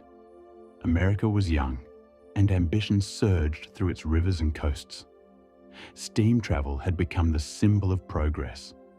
No longer would journeys be dictated by the whims of wind or tide. Steamships promised speed, luxury, and control. The Pulaski was one of the finest. Built in 1837 in Baltimore, the steam packet Pulaski was a 225-foot sidewheeler with twin engines and an elegant design. She ferried passengers between Savannah, Georgia, and Baltimore, with stops in Charleston and Wilmington. For many, the Pulaski represented not just a means of travel, but a symbol of modern comfort and social prestige. Her cabins were richly appointed, her decks wide and gleaming, her service renowned. By June of the following year, she was already a familiar presence along the southern coastline. On the afternoon of June 13th, 1838, the Pulaski departed Charleston, South Carolina, bound for Baltimore. On board were approximately 131 souls, a mix of crew and passengers, many of them prominent figures of the southern elite. Families, businessmen, children, people of means and status. They laughed, they dined, they strolled the decks, admiring the coastline as it slowly fell away. But by midnight, it was all gone. At around 11 p.m., while roughly 30 miles off the coast of North Carolina, disaster struck. Without warning, the Pulaski's starboard boiler exploded. The blast ripped through the ship with unimaginable force. Passengers sleeping in nearby cabins were killed instantly. Decking, walls, and support beams were torn apart. Survivors described the sound as a thunderclap from the bowels of the ship, a violent, mechanical shriek followed by silence. And then the screams. Within minutes, water flooded the lower decks. The explosion had not just damaged the structure, it had doomed the vessel. Witnesses say the Pulaski began to list sharply. One of her paddle wheels ceased turning. Darkness consumed the interior as lamps were shattered. Fire and steam hissed through splintered walls. Scalding water poured through the cracks. Panic erupted. Some passengers leapt into the sea, desperate to escape the flames. Others clung to what they could: doors, planks, chairs, barrels. In the chaos, lifeboats were lowered, but poorly. Some capsized immediately. Others drifted away, half filled. And then the ship began to break apart. The Pulaski didn't sink all at once. Survivors would later speak of the strange quiet that followed the blast, a lull that gave some hope the worst had passed. But as the minutes ticked by, the keel groaned, cracked, and then split. The forward section of the vessel detached entirely and sank beneath the waves. Roughly half of the passengers were killed in the initial blast or went down with that first collapse. The rest faced a grim fate. A night alone at sea, miles from land, surrounded by nothing but darkness and debris. It was a calm night. The stars were out, the moon pale and indifferent. And scattered across the waves were the survivors. Some floated on pieces of wreckage. Others clung to overturned lifeboats. A few found themselves in boats still intact, though damaged, leaking, and overloaded. One such boat held Charles Ridge, a Charleston merchant. His account would later become one of the most detailed survivor testimonies. He described children sobbing for their mothers, men offering prayers to the sea, the faint outlines of other boats just out of reach, drifting like ghosts. And then, the cold realization that they were alone. No rescue was coming, not yet. It would take more than 40 hours before the first ship arrived. By then, the ocean had claimed even more: exposure, thirst, madness. One lifeboat, spotted days later, had drifted far from the wreck site. Its occupants were alive, but changed, hollow-eyed, burnt by the sun. Some spoke of hallucinations, visions of ships that vanished as they approached, of loved ones calling from beneath the waves. One woman, having lost her children in the explosion, was said to have floated silently for nearly 2 days on a piece of timber. She spoke to no one. When rescued, her eyes were open, but she seemed not to see. Of the estimated 131 aboard the Pulaski, fewer than 60 survived. The tragedy stunned the country. Newspapers across the East Coast published lists of the dead and missing. Mourning swept through Southern society. Charleston, in particular, was devastated. Entire families had been lost. And then came the stories. Survivors whispered of strange lights at sea, of phantom ships glimpsed in the distance, always out of reach. Some swore that one lifeboat had nearly made it to shore, only to vanish without a trace. And then there was the matter of the treasure. The Pulaski was not just a passenger vessel, she carried wealth. Many of her travelers had brought with them gold, jewels, and promissory notes, a fortune in southern banking paper and hard currency. Some accounts suggest that a large quantity of specie had been stored below deck in secure containers. When she sank, so did that treasure. For decades, divers and salvage companies dreamed of recovering it.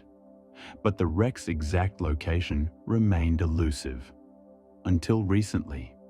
In 2018, nearly 180 years after the Pulaski went down, a private salvage company announced a remarkable discovery. Scattered artifacts from a steamship consistent with the Pulaski's design. They had found it, or at least part of it.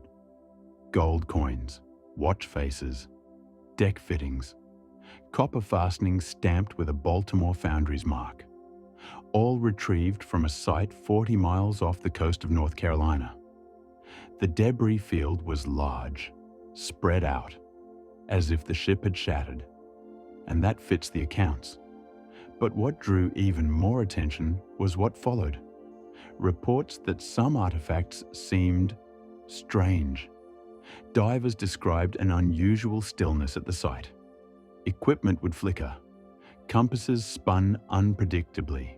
One diver, a veteran of many recoveries, refused to return after his first dive, saying only that he felt watched. Another claimed to have seen a figure pass behind him in the silt, though no one else was nearby. Cameras malfunctioned, lights cut out, and still, the salvage continued. And then came the coins, dozens of them, gold and silver, minted in the 1830s. Some were American, others European. All were heavily oxidized, but one, a small Spanish coin, was unlike the rest. Its markings were odd, symbols rather than letters, and the metal, when tested, didn't match any known alloy. No mint could be traced. It shouldn't have been there. And yet, there it was. Whether it was a personal trinket, a forgery, or something more, no one could say. And perhaps that's the nature of the Pulaski story. One part history, one part mystery, because even now, the full wreck has not been located. Only sections, scattered remains, as if the ship had been torn apart and flung across the seabed. Some say storms and currents explain it.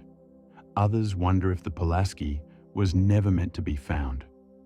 There's even a theory, quietly passed around by maritime historians and archivists, that the Pulaski was carrying something else that night. Something that didn't appear on the manifest. A diplomatic pouch, a coded letter, a stolen artifact. Whatever it was, it vanished, and no official investigation ever addressed it.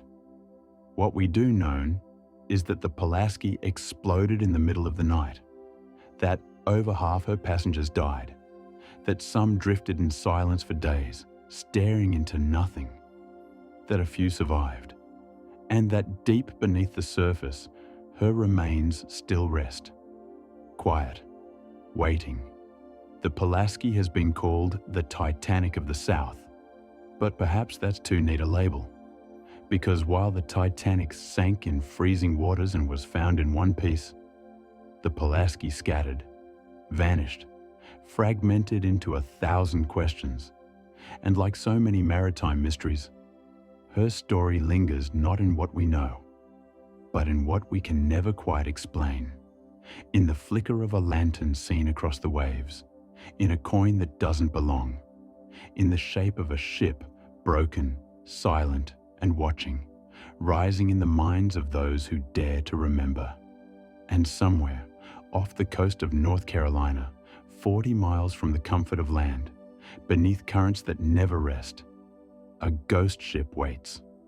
Not for rescue, but for recognition.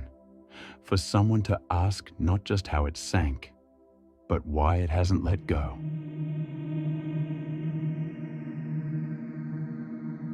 Story 13. The Arctic lifeboat graves of King William Island.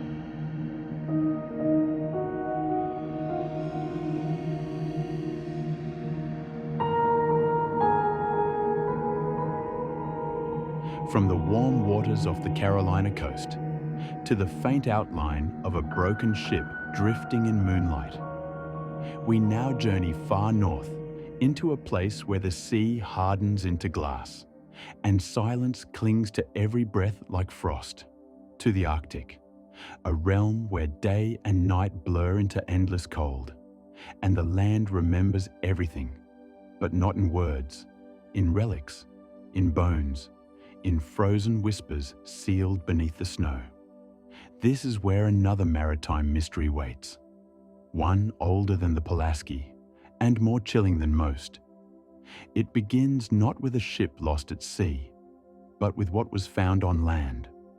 A group of skeletons, dozens of them, all gathered beside a lifeboat, hundreds of miles from where they should have been. Some lay in postures too strange to ignore, collapsed forward as if mid-step, curled upright as if watching, some even reaching towards something no longer there. Scattered among them, forks, buttons, watches, and books whose pages had turned to ice. This is not a ghost ship story. This is what comes after the ship is gone. This is the mystery of the lifeboat graves of King William Island.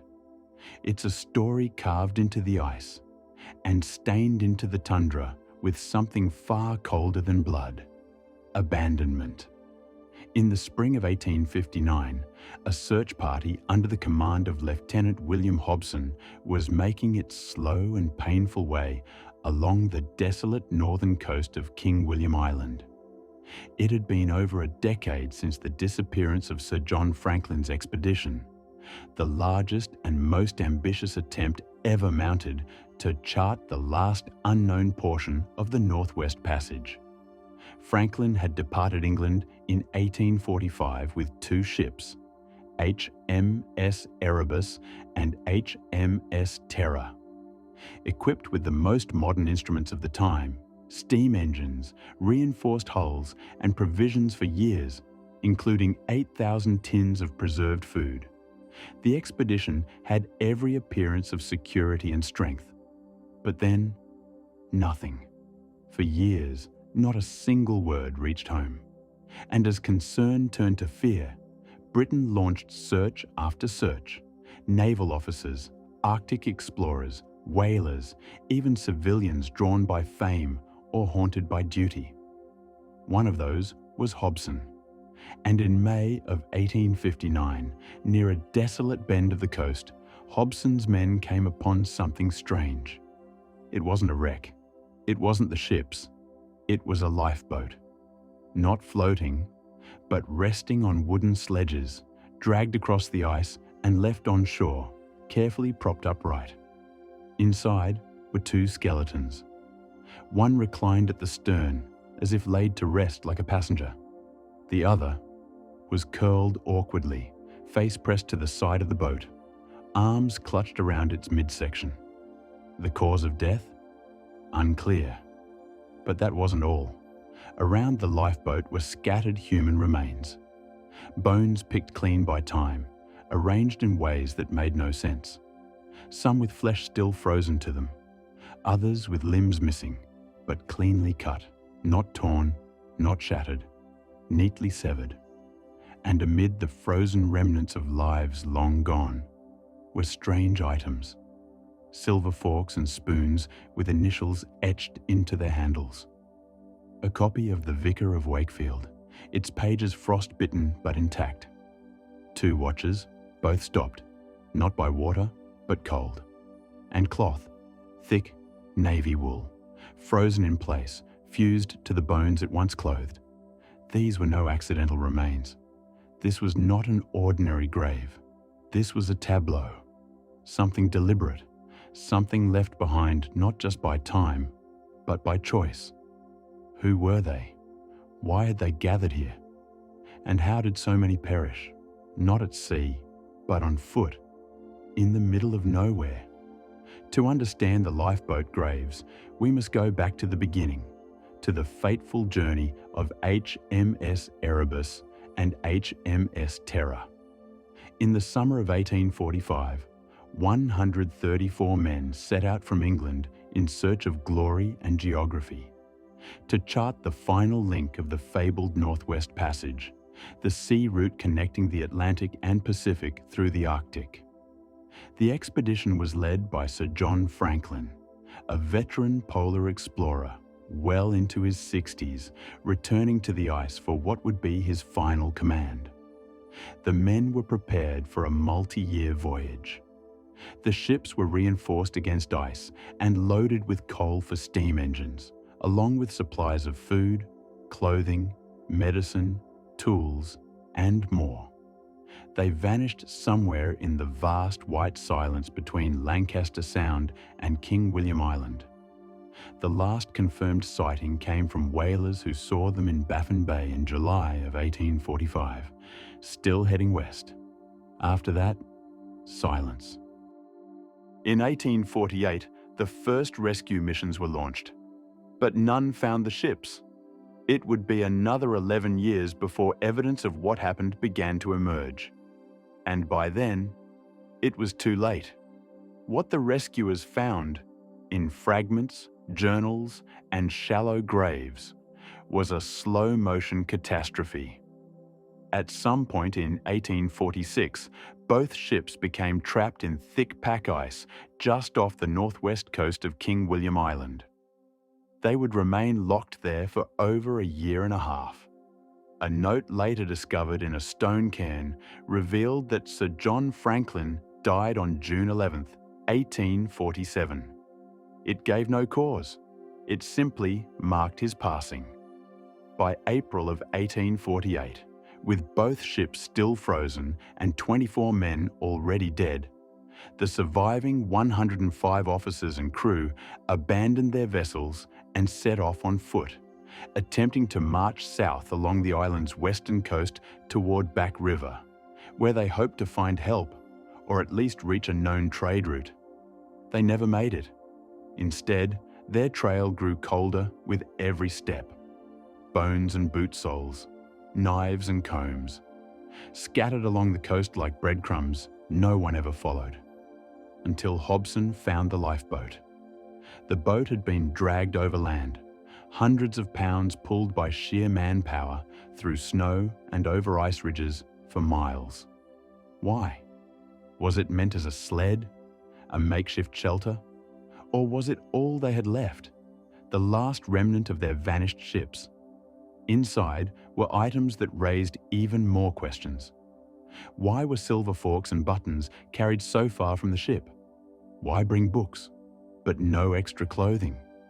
Why would a man still wear a uniform jacket while his boots lay folded beside him? And why, above all, were the bodies positioned the way they were? Some theorized that the men had attempted to take refuge inside the boat, using it as a final shelter from the biting wind. Others believed they died slowly, succumbing to hypothermia and starvation in stages, the last living arranging the dead in careful postures before lying down themselves. But some postures were harder to explain.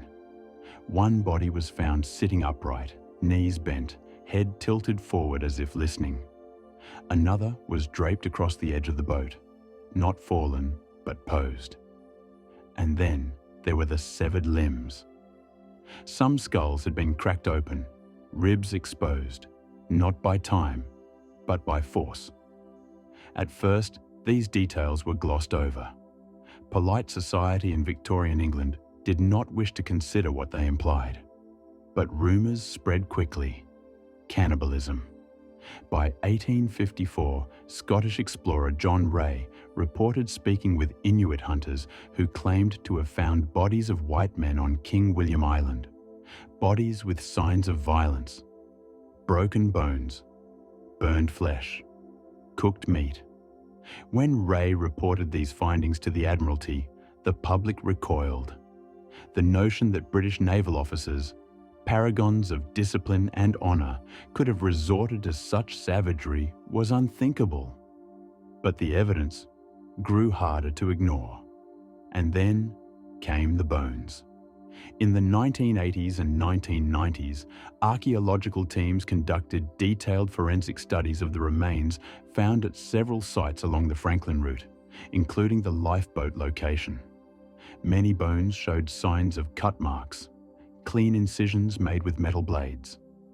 Others bore spiral fractures, the kind that result from forcefully breaking bones while fresh to extract marrow. In one case, a skull had been opened along its base, in a manner eerily consistent with decapitation. The conclusion was inescapable. Cannibalism had occurred, not once, but repeatedly. Not in chaos, but methodically.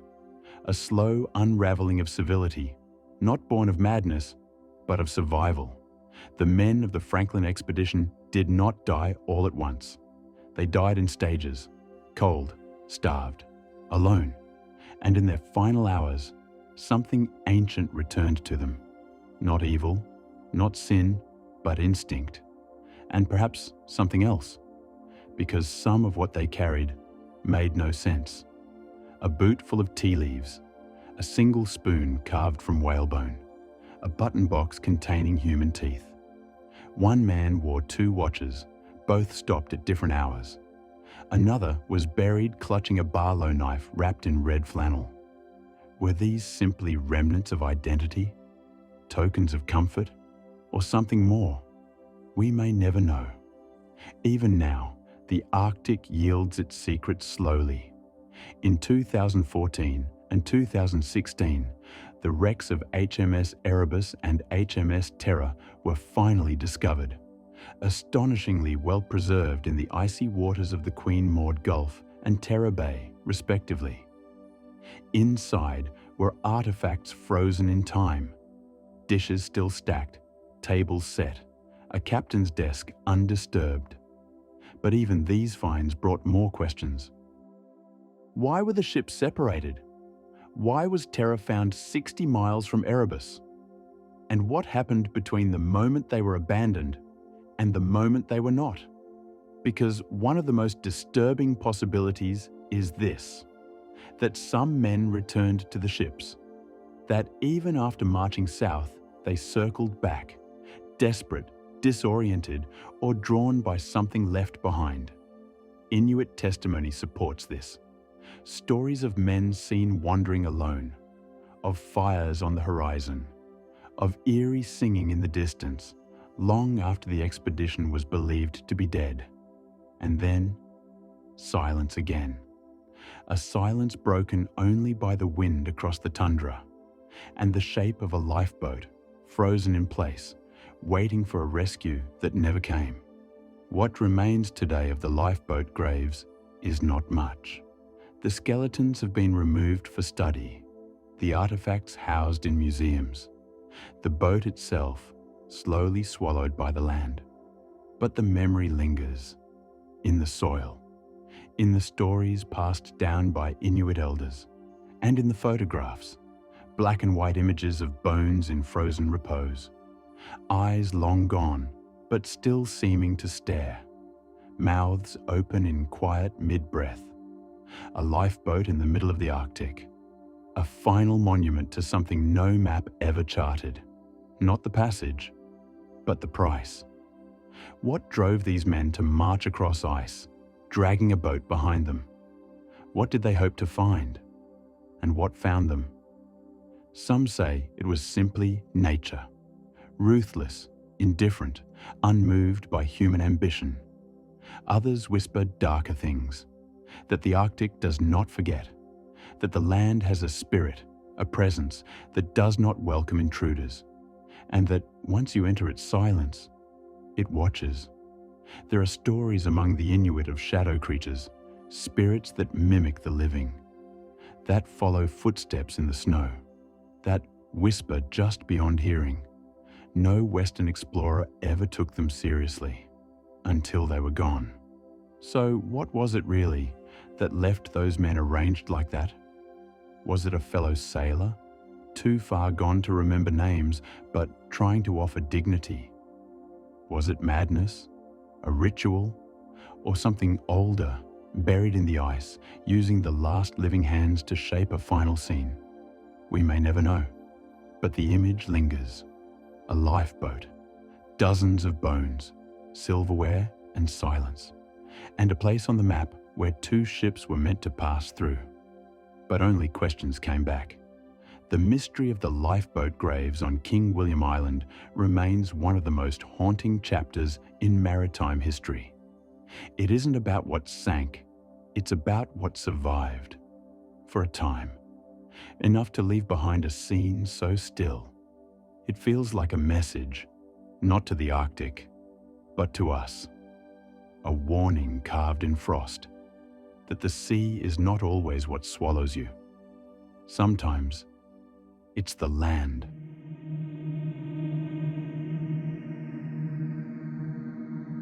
Story 14. The wreck of the SS Morro Castle.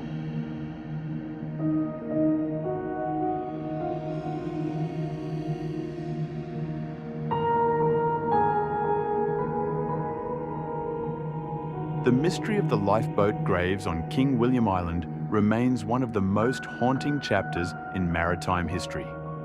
It isn't about what sank, it's about what survived. For a time, enough to leave behind a scene so still. It feels like a message, not to the Arctic, but to us. A warning carved in frost, that the sea is not always what swallows you. Sometimes, it's the land. But while some tragedies leave behind only bones and silence, others leave fire. A different kind of reckoning. A different kind of ghost. This next story doesn't come from the Arctic, or the deep Pacific, or the forgotten corners of polar exploration. It comes from the shores of New Jersey, close to home, and yet just as unexplainable. A ship that didn't vanish into the sea, but burned above it, where the wreckage was seen. The names were known, and still, something doesn't add up. Let's turn now to the strange and troubling case of the SS Morro Castle. It was supposed to be a jewel of American engineering, a symbol of luxury and leisure at sea, a floating hotel gliding between Havana and New York City like clockwork, elegant, dependable, and safe. But on a rainy night in 1934, the Morro Castle didn't glide. It burned. And in the smouldering wreckage that followed, over 130 lives were lost.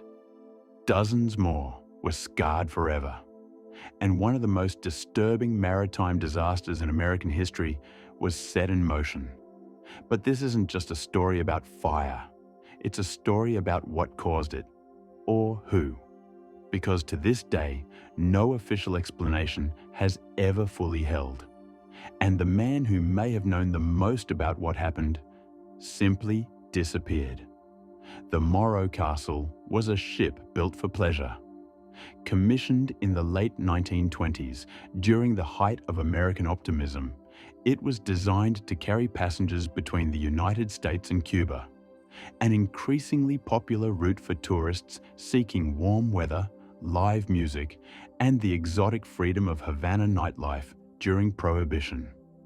Completed in 1930 by the Newport News Shipbuilding and Dry Dock Company in Virginia, the Morro Castle was a gleaming modern vessel, 508 feet long, equipped with twin screws, capable of 20 knots, and trimmed in opulence.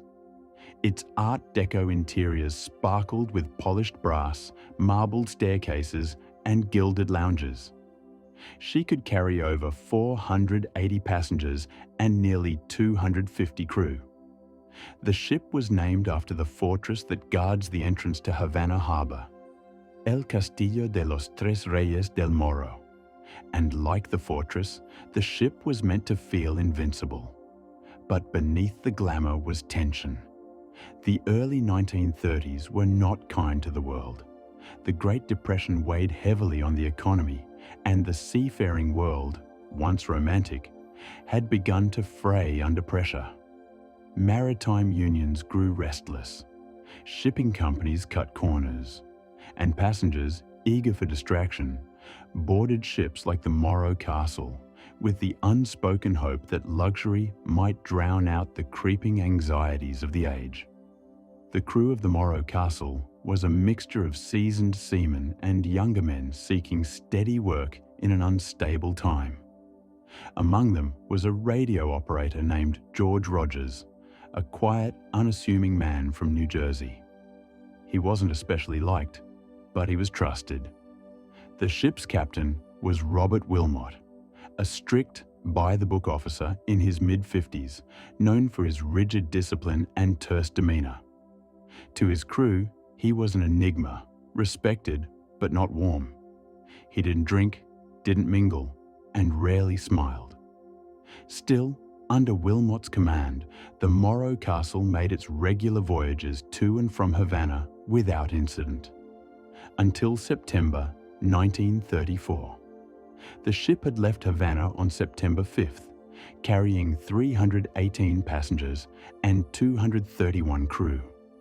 The return voyage began smoothly, with clear skies and gentle seas. Passengers danced, dined, and drank discreetly behind closed doors. There was an orchestra on board. Cabins were filled with laughter, the smell of perfume, the occasional clink of contraband champagne. But by the evening of September 7th, something had changed. That night, just 12 hours from port, Captain Wilmot complained of indigestion. He retired early. By morning, he was dead.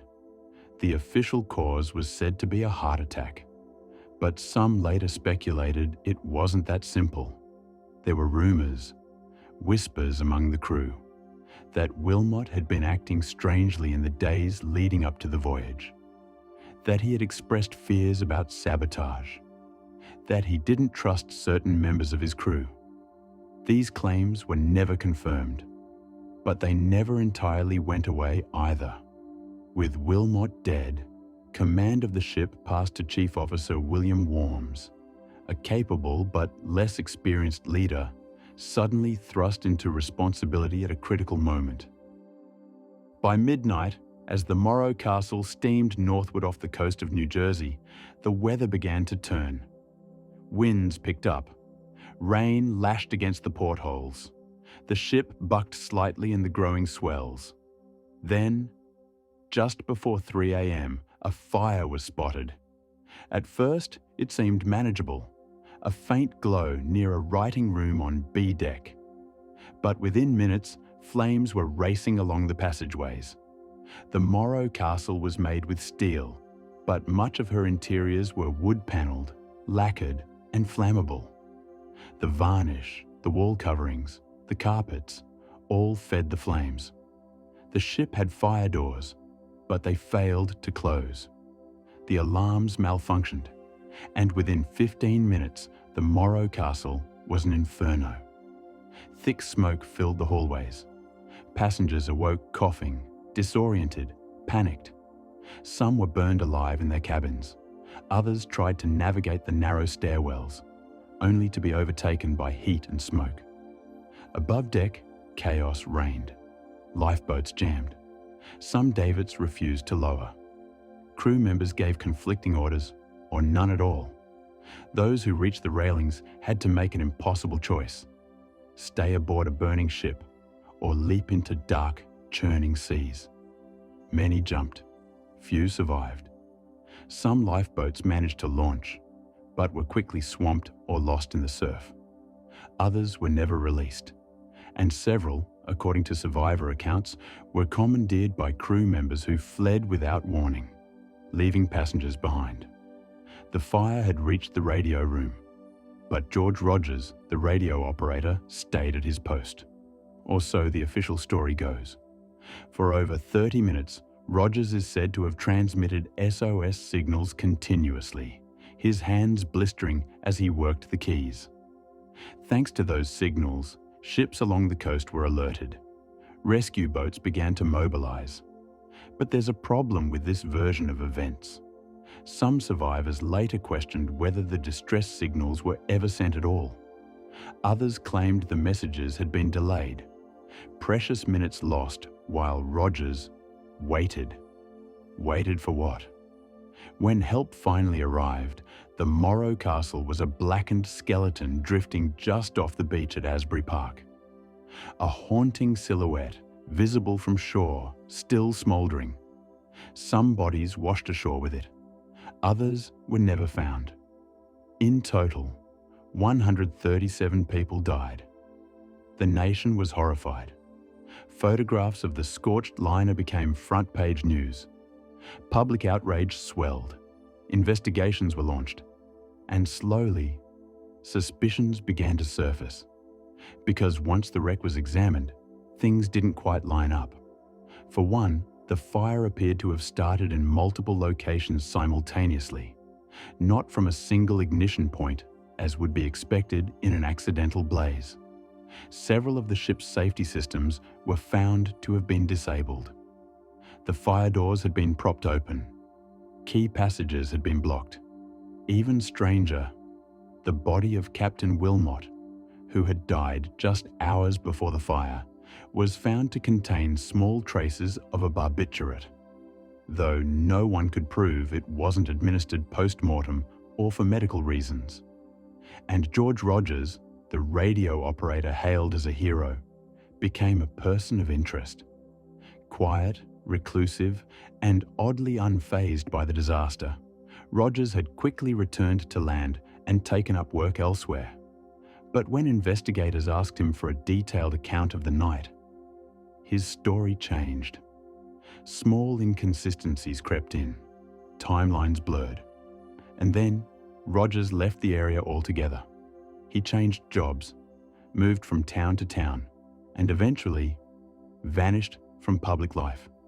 Years later, Rogers would resurface in the most disturbing way. In 1954, he was arrested for the murder of a neighbor, a gruesome, premeditated crime involving poison and arson. Investigators searched his home and found schematics, notes, chemical compounds, and a curious fascination with the Morro Castle fire. Rogers was convicted and sentenced to life in prison, but he never confessed to setting the fire on the ship, and no hard evidence ever linked him to it. Still, the suspicion lingers. Was the Morro Castle disaster a freak accident, or the work of a disturbed mind, hiding in plain sight? Some believe Rogers orchestrated the fire to punish a system he felt had wronged him, that the death of Captain Wilmot was no coincidence, but part of a larger plan. Others think the truth may lie deeper, in the ship's crew dynamics, in labor disputes, or in motives yet undiscovered. One theory suggests that the fire was a cover for theft, that valuable cargo, gold, jewels, or sensitive documents may have been aboard, and that the blaze served as both distraction and destruction. But the manifests show nothing unusual. At least, not officially. There are those who point to the peculiar timing, the death of the captain, the sudden ignition, the sabotaged systems. Too much coincidence, they argue, too many loose ends. And then there are the fringe ideas, that Rogers was part of something larger, a test, a controlled disaster orchestrated by unknown actors. To what end? No one agrees. And maybe that's the point. The wreck of the SS Morro Castle was eventually towed and scrapped. Its charred hull became a tourist attraction for a time, beached and blackened like a monument to misfortune. But the scars it left behind, on the victims, the survivors, and the nation, have never truly faded. It was a tragedy in plain sight, but the cause remains hidden. In the end, the Morro Castle didn't vanish beneath the waves. It didn't disappear without a trace. It burned. It screamed. It left bodies on the shore and smoke in the sky. And yet, we still don't know why. Was it sabotage, madness, a personal vendetta, or something even darker, an act that was never meant to be understood? All we know is this: Sometimes the sea takes you quietly, and sometimes it lets the world watch. But whether in silence or in flame, the ocean holds its secrets tightly. The Morro Castle was consumed by fire, but the mystery it left behind is still smouldering. Story 15. The Lost Convoys of Operation Pedestal.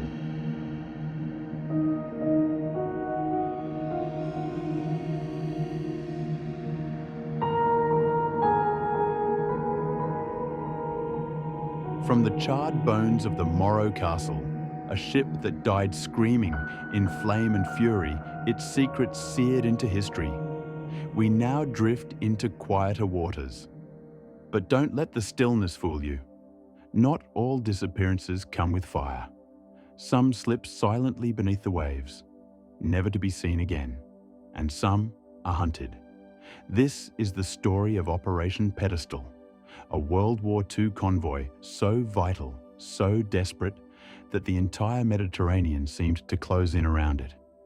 Dozens of ships, thousands of men, a mission to save an island on the brink of starvation. But as the convoy pressed forward, something began to happen. Ships vanished, torpedoed, bombed, shelled. Yes, but some simply disappeared. No wreckage, no radio calls, no survivors. And when the sea went still again, it held them tightly, as if they had never existed at all.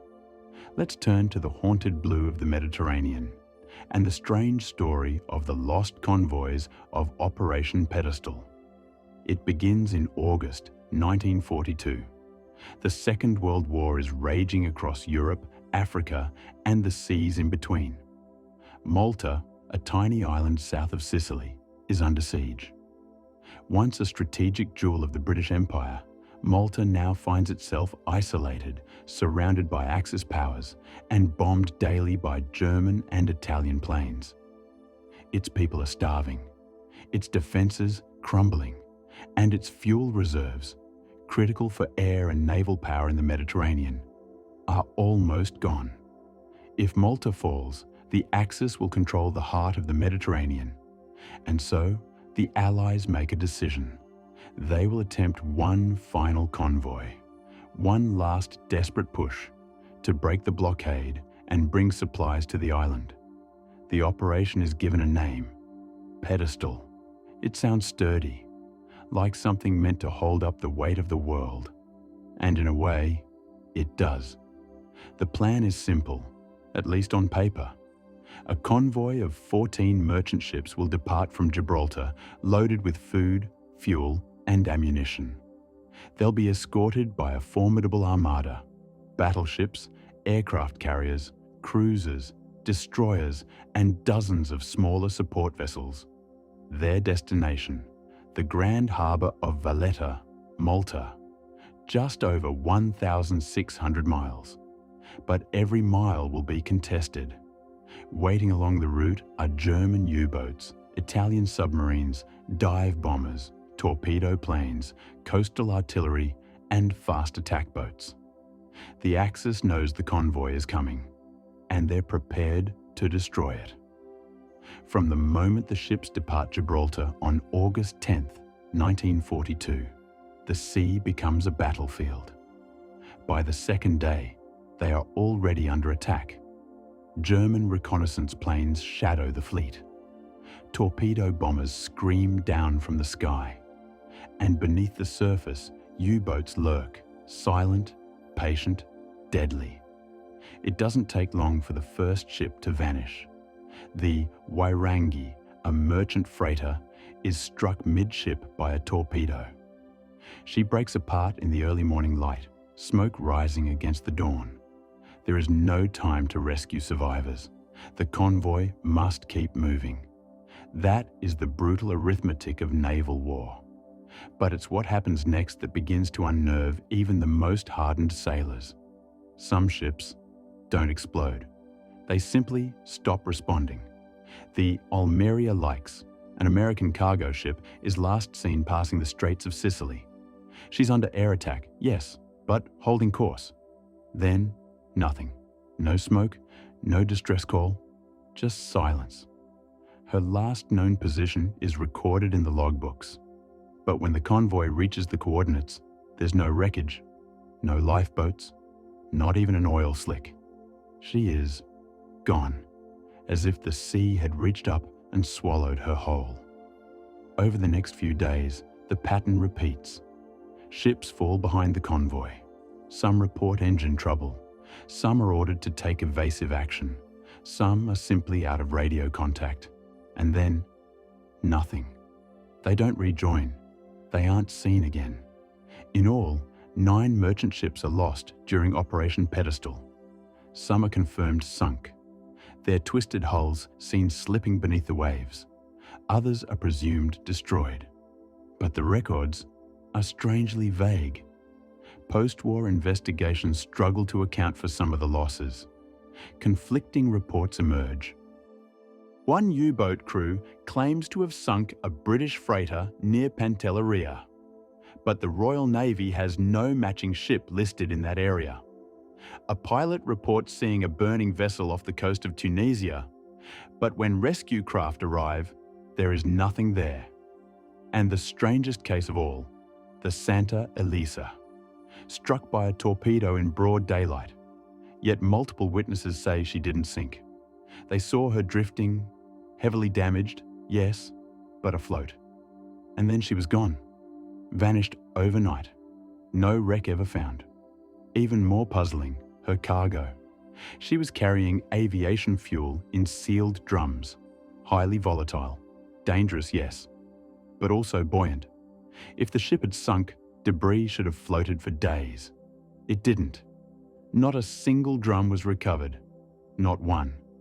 The Royal Navy chalked it up to the chaos of war, fog of battle, errors in record keeping. And yet, for the families of the missing, the absence of wreckage, of answers, was unbearable. Where were the bodies? Where were the lifeboats?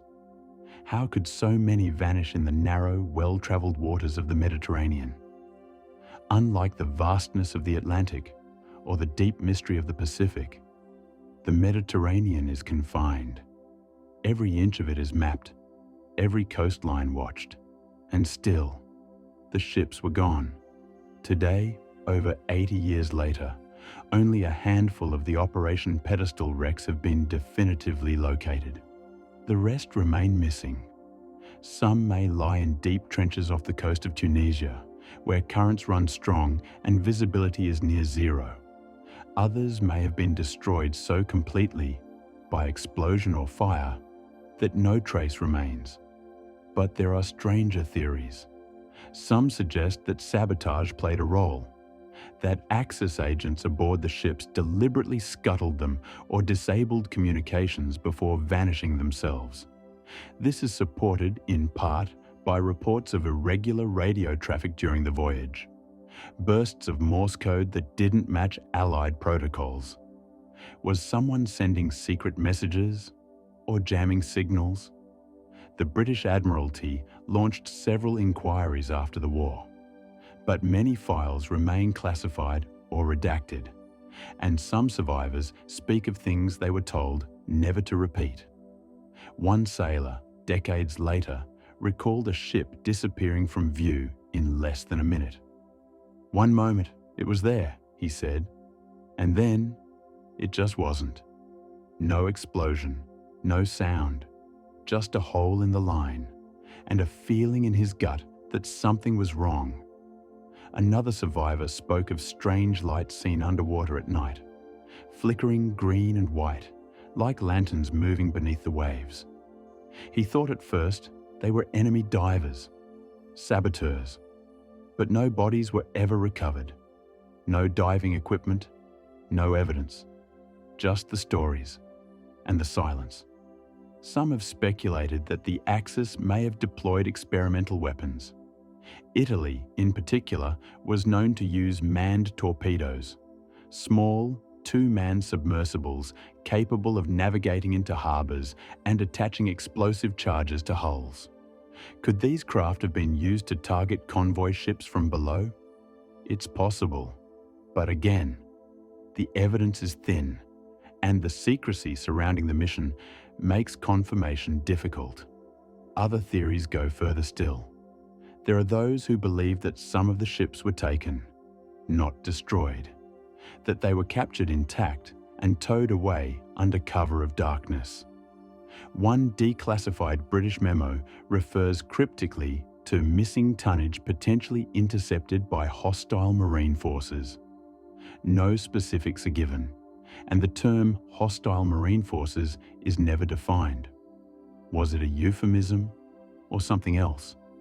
And then there are the whispers, the stories that don't make it into official records. Tales told in hushed tones at veterans' reunions, of ghostly ships seen in the distance, sailing without lights, without flags, slipping silently through the night. Of a radio transmission picked up by a destroyer, a voice repeating the same phrase over and over. Not where we should be, not where we should be. The transmission was never traced. The destroyer's logbook simply lists it as unidentified radio source discontinued at 0317 hours.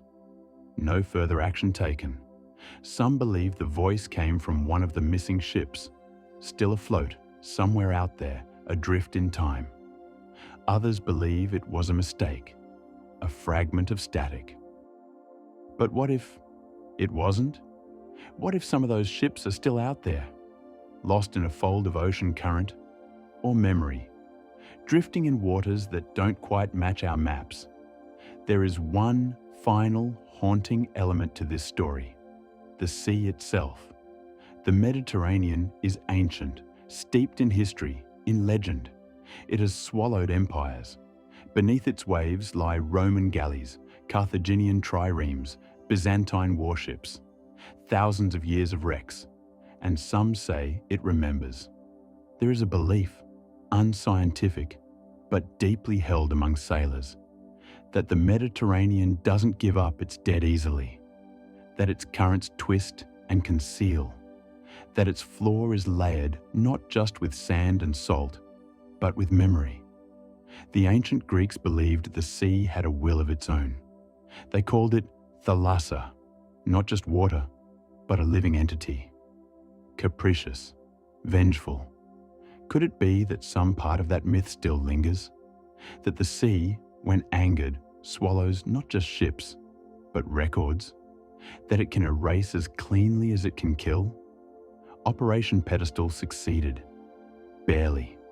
5 of the 14 merchant ships made it to Malta, including the most famous, the SS Ohio, an American-built tanker carrying precious aviation fuel.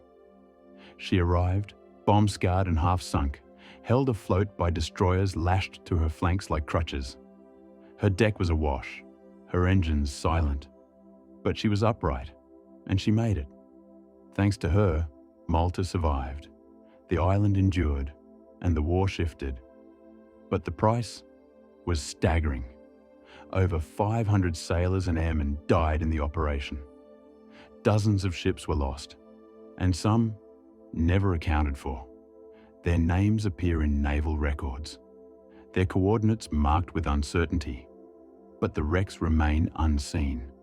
The water above them, undisturbed. Perhaps in time, sonar surveys or underwater drones will locate them. Perhaps we'll find rusting hulls half buried in silt, silent and waiting. But until then, they are stories, echoes, questions without answers. The lost convoys of Operation Pedestal are more than just casualties of war. They are reminders of sacrifice, of mystery, of how even the most documented battles can leave behind unsolved riddles. Because in war, as in the sea, not everything is accounted for. Not every signal is received.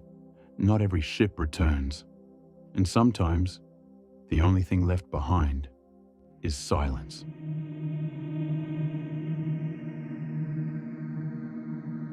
Story 16.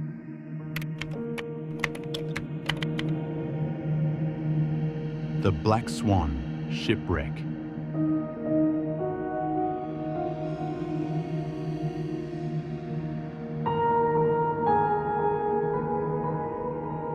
From the silent wrecks of Operation Pedestal, whose twisted hulls may still lie cloaked in silt somewhere beneath the Mediterranean sun, we now drift into a more modern entanglement, one that never quite ends in silence, but rather in a legal storm. Not a battle fought with torpedoes or steel, but with courtrooms, contracts, and clashing claims of ownership. This is a story that begins with a discovery at sea and unearths a mystery that still remains unresolved.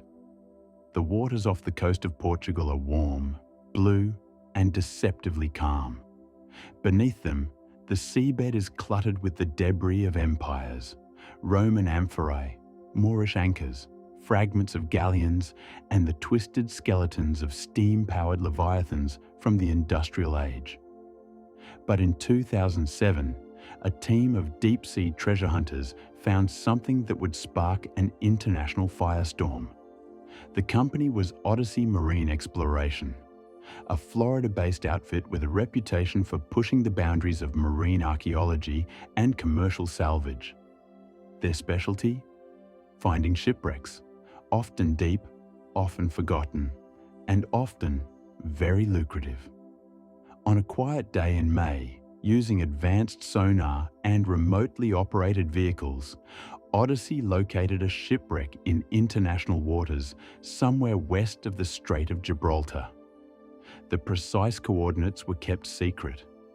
What they pulled from the depths was staggering.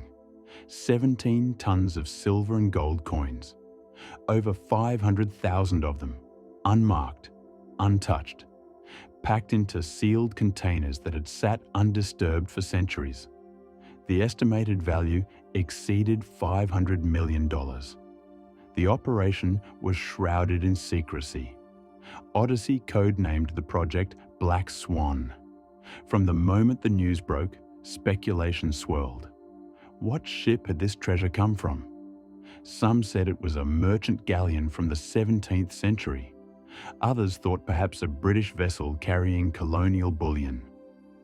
Odyssey gave no clear answer, but experts began to dig. Then Spain intervened.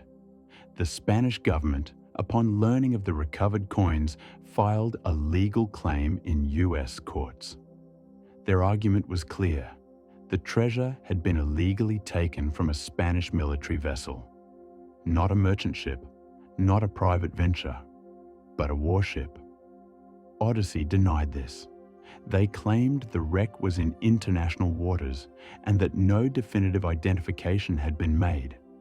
But quietly, archaeologists began comparing the recovered coins to those minted in Lima, Peru, during the late 18th and early 19th centuries. The style of the coinage, the cargo containers, even the ship's structural fragments, all pointed to one possibility: the Nuestra Señora de las Mercedes. The Mercedes had been a Spanish frigate sunk in 1804 by a British squadron off the coast of Portugal. At the time, Spain was officially at peace with Britain, but tensions were high. The British intercepted a convoy of Spanish vessels returning from South America, suspecting them of carrying war supplies, or worse, gold destined to fund a war against them. A brief naval engagement ensued. The Mercedes exploded during the battle, killing over 200 people. The remaining ships were seized, and the treasure was taken to Britain. The event caused a diplomatic crisis. Spain declared war on Britain shortly afterward. 2 centuries later, the question was no longer about diplomacy, but about rightful ownership. Was the wreck Odyssey had salvaged truly the Mercedes? And if so, did Spain have a legal and moral claim to the treasure even after all these years? Odyssey argued that the ship had been found in international waters beyond the territorial reach of any one nation. And under international salvage law, particularly the principle of finders keepers, they claimed they were entitled to compensation. But Spain countered with a powerful legal argument: sovereign immunity. Under US and international law, warships remain the property of the nation that sent them to sea, regardless of where they sink or how much time has passed. They are not considered abandoned. They are not fair game. If the Black Swan wreck was indeed the Mercedes, then the treasure legally belonged to Spain, not Odyssey, and not any private salvager. The case went to court. What followed was a labyrinthine legal battle spanning over 5 years.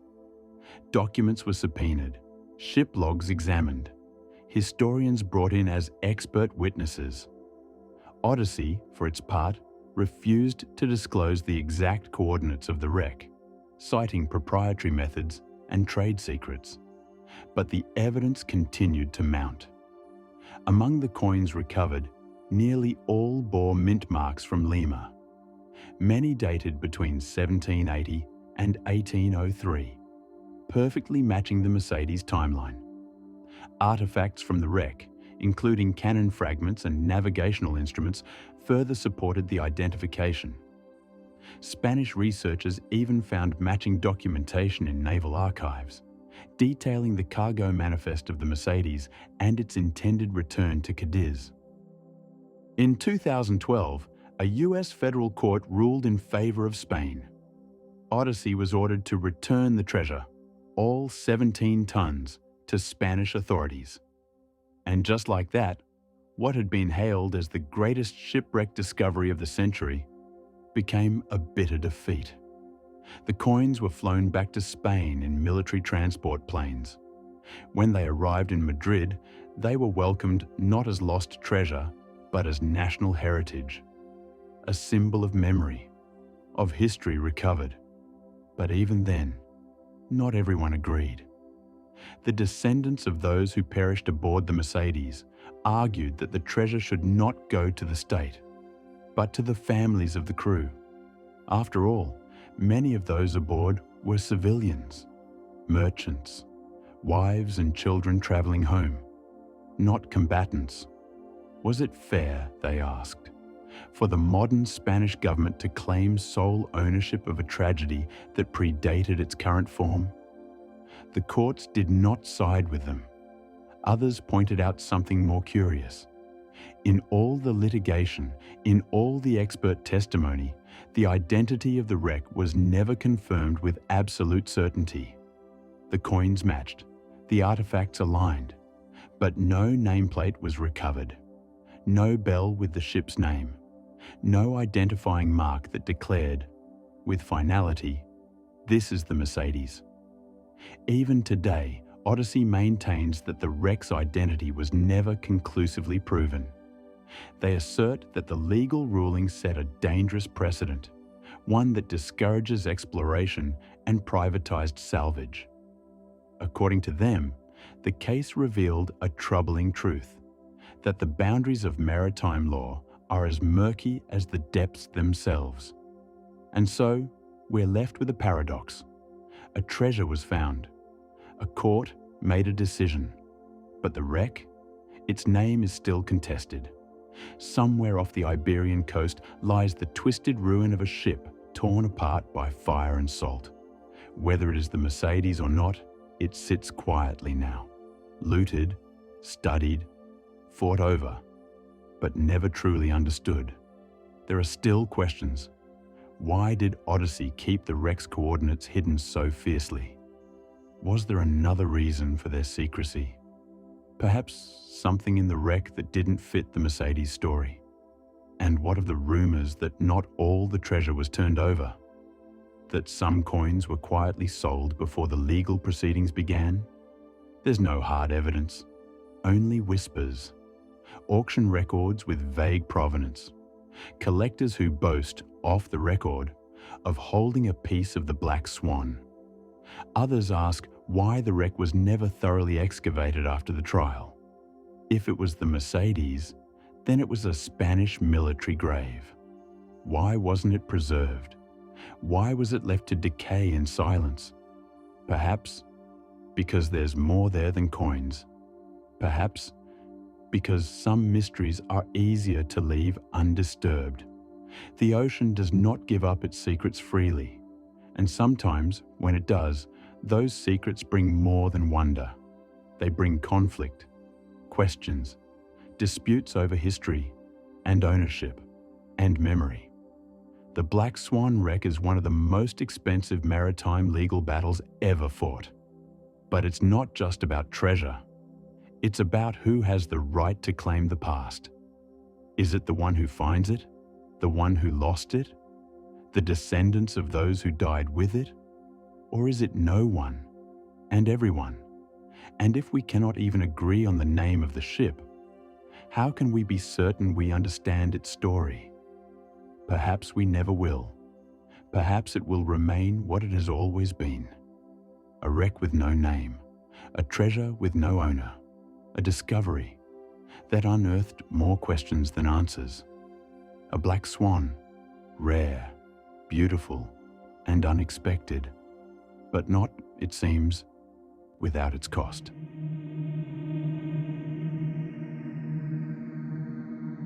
Story 17.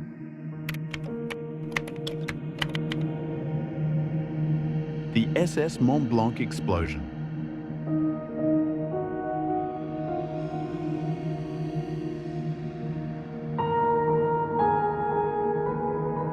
From the depths of the Mariana Trench, where pressure crushes and darkness swallows even the boldest of explorers, we now rise. Not to calmer waters, but to a place where mystery erupted, not from beneath, but from within. Not all shipwrecks end with a sinking hull and a silent seafloor. Some unfold in a sudden, blinding instant, a moment so catastrophic that the ocean itself seems to recoil in shock. One such event took place in the cold December air of 1917, in the heart of Halifax Harbour, a collision, and then the largest man-made explosion the world had ever seen, until the dawn of the nuclear age. But this isn't merely the story of disaster. This is a story of questions, of hidden cargo, of strange omissions, of whispers that linger more than a century later. Because what truly lay within the SS Mont Blanc, and why? Was it headed straight for a city of 50,000 souls? Let us revisit the waters of Halifax, a natural harbour nestled in the craggy coast of Nova Scotia, Canada. One of the deepest ice-free harbours in the world, a prized strategic port long before the world was at war. By late 1917, the First World War was raging in Europe. Canada, part of the British Empire, was deeply involved, and Halifax had become a lifeline, a vital link in the Atlantic supply chain. Every week, ships passed through this narrow bottleneck of water, carrying troops, supplies, munitions. The harbour teemed with activity, merchant vessels, naval escorts, hospital ships. It was an artery pumping life into the war effort. But with that importance came risk. German U-boats prowled the Atlantic. Ships had to be organised into convoys, tightly guarded and coordinated. Delays were common, tensions high. On the morning of December 6, 1917, two ships made their way through the narrows of Halifax Harbour, a bottleneck where vessels passed with great care. One was the SS Imo, a Norwegian relief ship en route to Belgium. The other was the French cargo ship SS Mont Blanc. It was early, just after 8 a.m. The harbour was coming to life. Smoke curled from chimneys. Workers readied the docks. Streetcars rattled along Barrington Street. And then, two hulls met. The collision was minor, at least on the surface. A scrape, a tearing of steel. Witnesses described it as awkward more than violent. The Mont Blanc had the right of way, but the Imo failed to yield. The two vessels struck, just a glancing blow. But the Mont Blanc was no ordinary cargo ship. It was loaded to the brim with explosives. 2,300 tons of picric acid, 200 tons of TNT, 35 tons of benzol, and 10 tons of gun cotton, a floating bomb hidden in plain sight. The crew of the Mont Blanc knew the danger. They tried to signal. They sounded their whistles. But the harbour was busy, and confusion reigned. And then, as metal tore against metal, sparks flew. The deck ignited. Fire spread. In minutes, flames engulfed the forward cargo.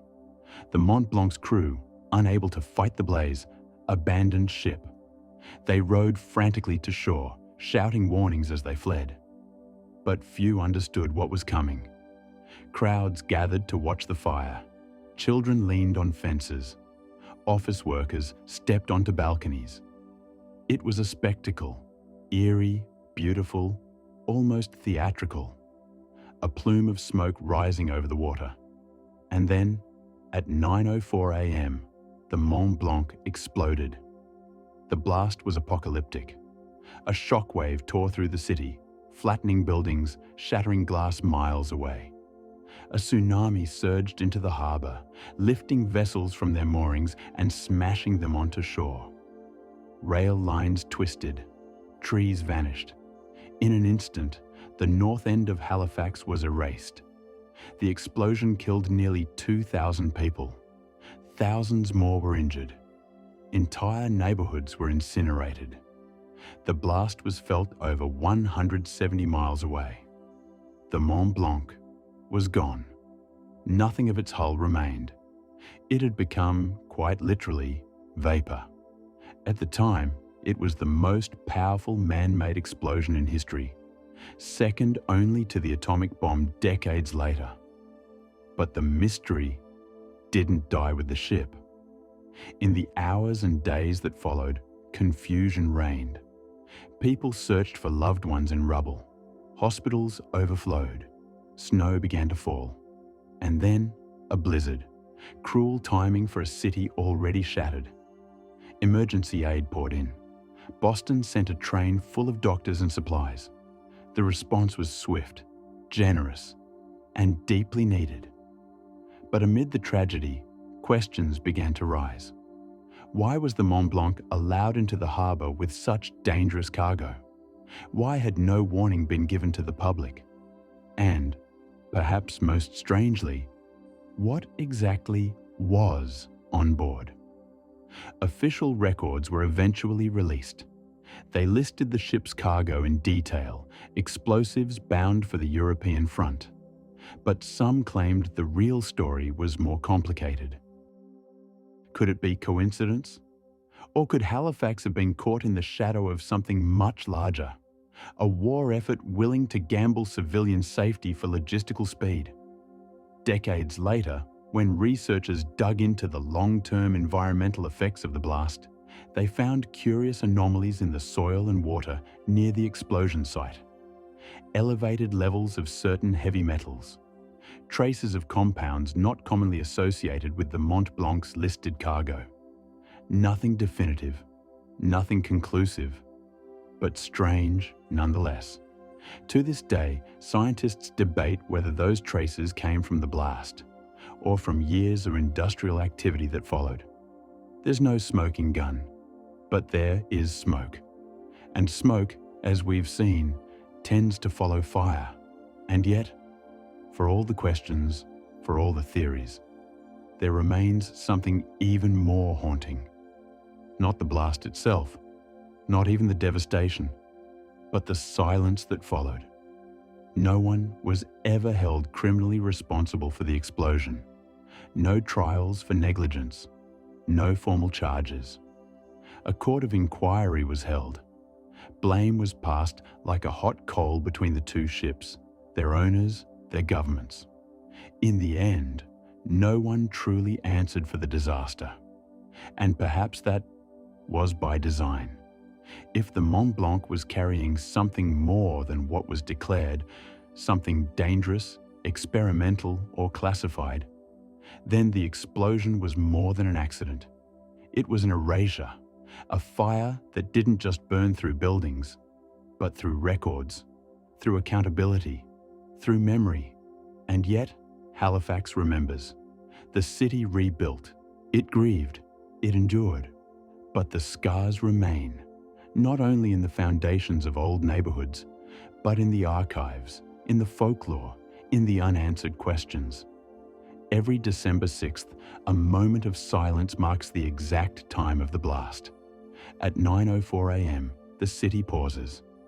Church bells ring, flags fly at half-mast, and the harbour watches quietly. Sometimes ships still pass through the Narrows, right where the Mont Blanc met the Immo. The water there seems no different, calm, routine, uneventful. But beneath the surface, the past lingers. Divers have found fragments, bits of steel, twisted and scorched, embedded in the seabed. Each one a shard of that fateful morning. Some pieces were found miles inland, hurled by the force of the blast. One cannon from the Mont Blanc was discovered over 3 kilometers away, buried in the woods like a relic dropped from the sky. A chunk of its anchor was found in a backyard, wedged into the frozen soil. And yet, the heart of the ship, its cargo, its secrets, vanished completely. Gone in an instant. And perhaps that's exactly what was intended. Because if you wanted to destroy something utterly, to ensure it left no trace, what better way than to load it aboard a vessel, bring it into a crowded harbour, and light a match? That's the theory, at least. It's not the official version, but it's the one that keeps appearing in books, in whispered conversations, in the minds of those who still wonder, what really happened on the morning of December 6th, 1917? The Mont Blanc is long gone, but its name lives on, not as a ship, but as an echo, a question, a caution. Because when ships carry more than what they claim, and when governments say less than what they know, tragedy doesn't just strike, it detonates. And its shockwave ripples not only through buildings and bodies, but through history itself. The Halifax explosion was, in many ways, a tragedy born of miscommunication. But it may also have been something more, a secret, buried beneath the blast. A moment where the fog of war concealed not just intentions, but consequences. And though the harbour has healed and the city has rebuilt, somewhere beneath the surface, in the water, in the archives, in the unanswered questions, the Mont Blanc still burns, still. Over the years, theories began to emerge. They whispered of secret experiments, of cargo that never appeared on the manifest, of classified materials that were quietly erased from the record. One persistent rumour was that the Mont Blanc carried more than just explosives. Some suggested it was carrying experimental weapons, perhaps an early form of chemical payload. Others believed that radioactive materials, still in their infancy at the time, had been smuggled aboard under military orders. Though the science of radioactivity was still young, the First World War was already pushing nations into strange new territories of warfare. Of course, none of this could be proven. The blast had obliterated all evidence, but survivors told odd stories of burns that didn't behave like fire, of strange symptoms, of metal warping in ways that seemed inconsistent with known explosives. And then there's the curious behaviour of the Mont Blanc's owners. In the aftermath of the explosion, they vanished from public scrutiny. Their statements were brief, their documentation incomplete. Some historians have argued that this was simply the chaos of war. Others wonder if the silence was intentional. Consider this. Despite carrying the most dangerous cargo imaginable into a busy harbour, the Mont Blanc was not flying warning flags. No red banner, no clear signal. By maritime law, any ship carrying explosive material was required to fly a red flag. But the Mont Blanc didn't. When questioned, the crew said they were instructed not to, for fear of attracting attention from German submarines. A practical concern, perhaps, but also a deadly one. Because without that flag, the Immo and every other ship in the harbour had no reason to give special berth. And that one choice, that one omission, may have doomed the city. But what if that decision wasn't just about U-boats? What if the cargo itself wasn't supposed to be seen? It's an unsettling idea, but it's not without precedent. During both world wars, governments routinely classified cargo manifests, especially for shipments involving chemical or experimental materials.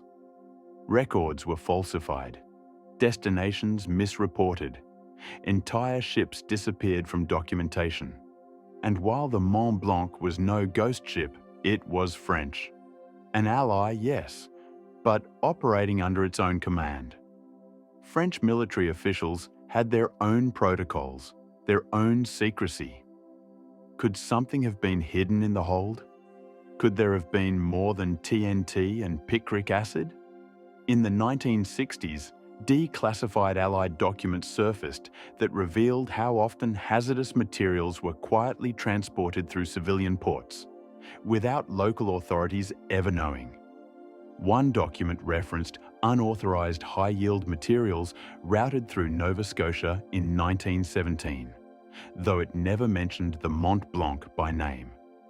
Another made cryptic mention of substance transfers deemed unsuitable for coastal exposure. The sea has always held its secrets close, some sunken beneath the weight of time, others still drifting just out of reach. What we've explored today is only a fragment, a glimpse into the ghostly and the unexplained. Ships lost without a sound, journeys that ended without ending, and wrecks that whisper stories no one alive remembers.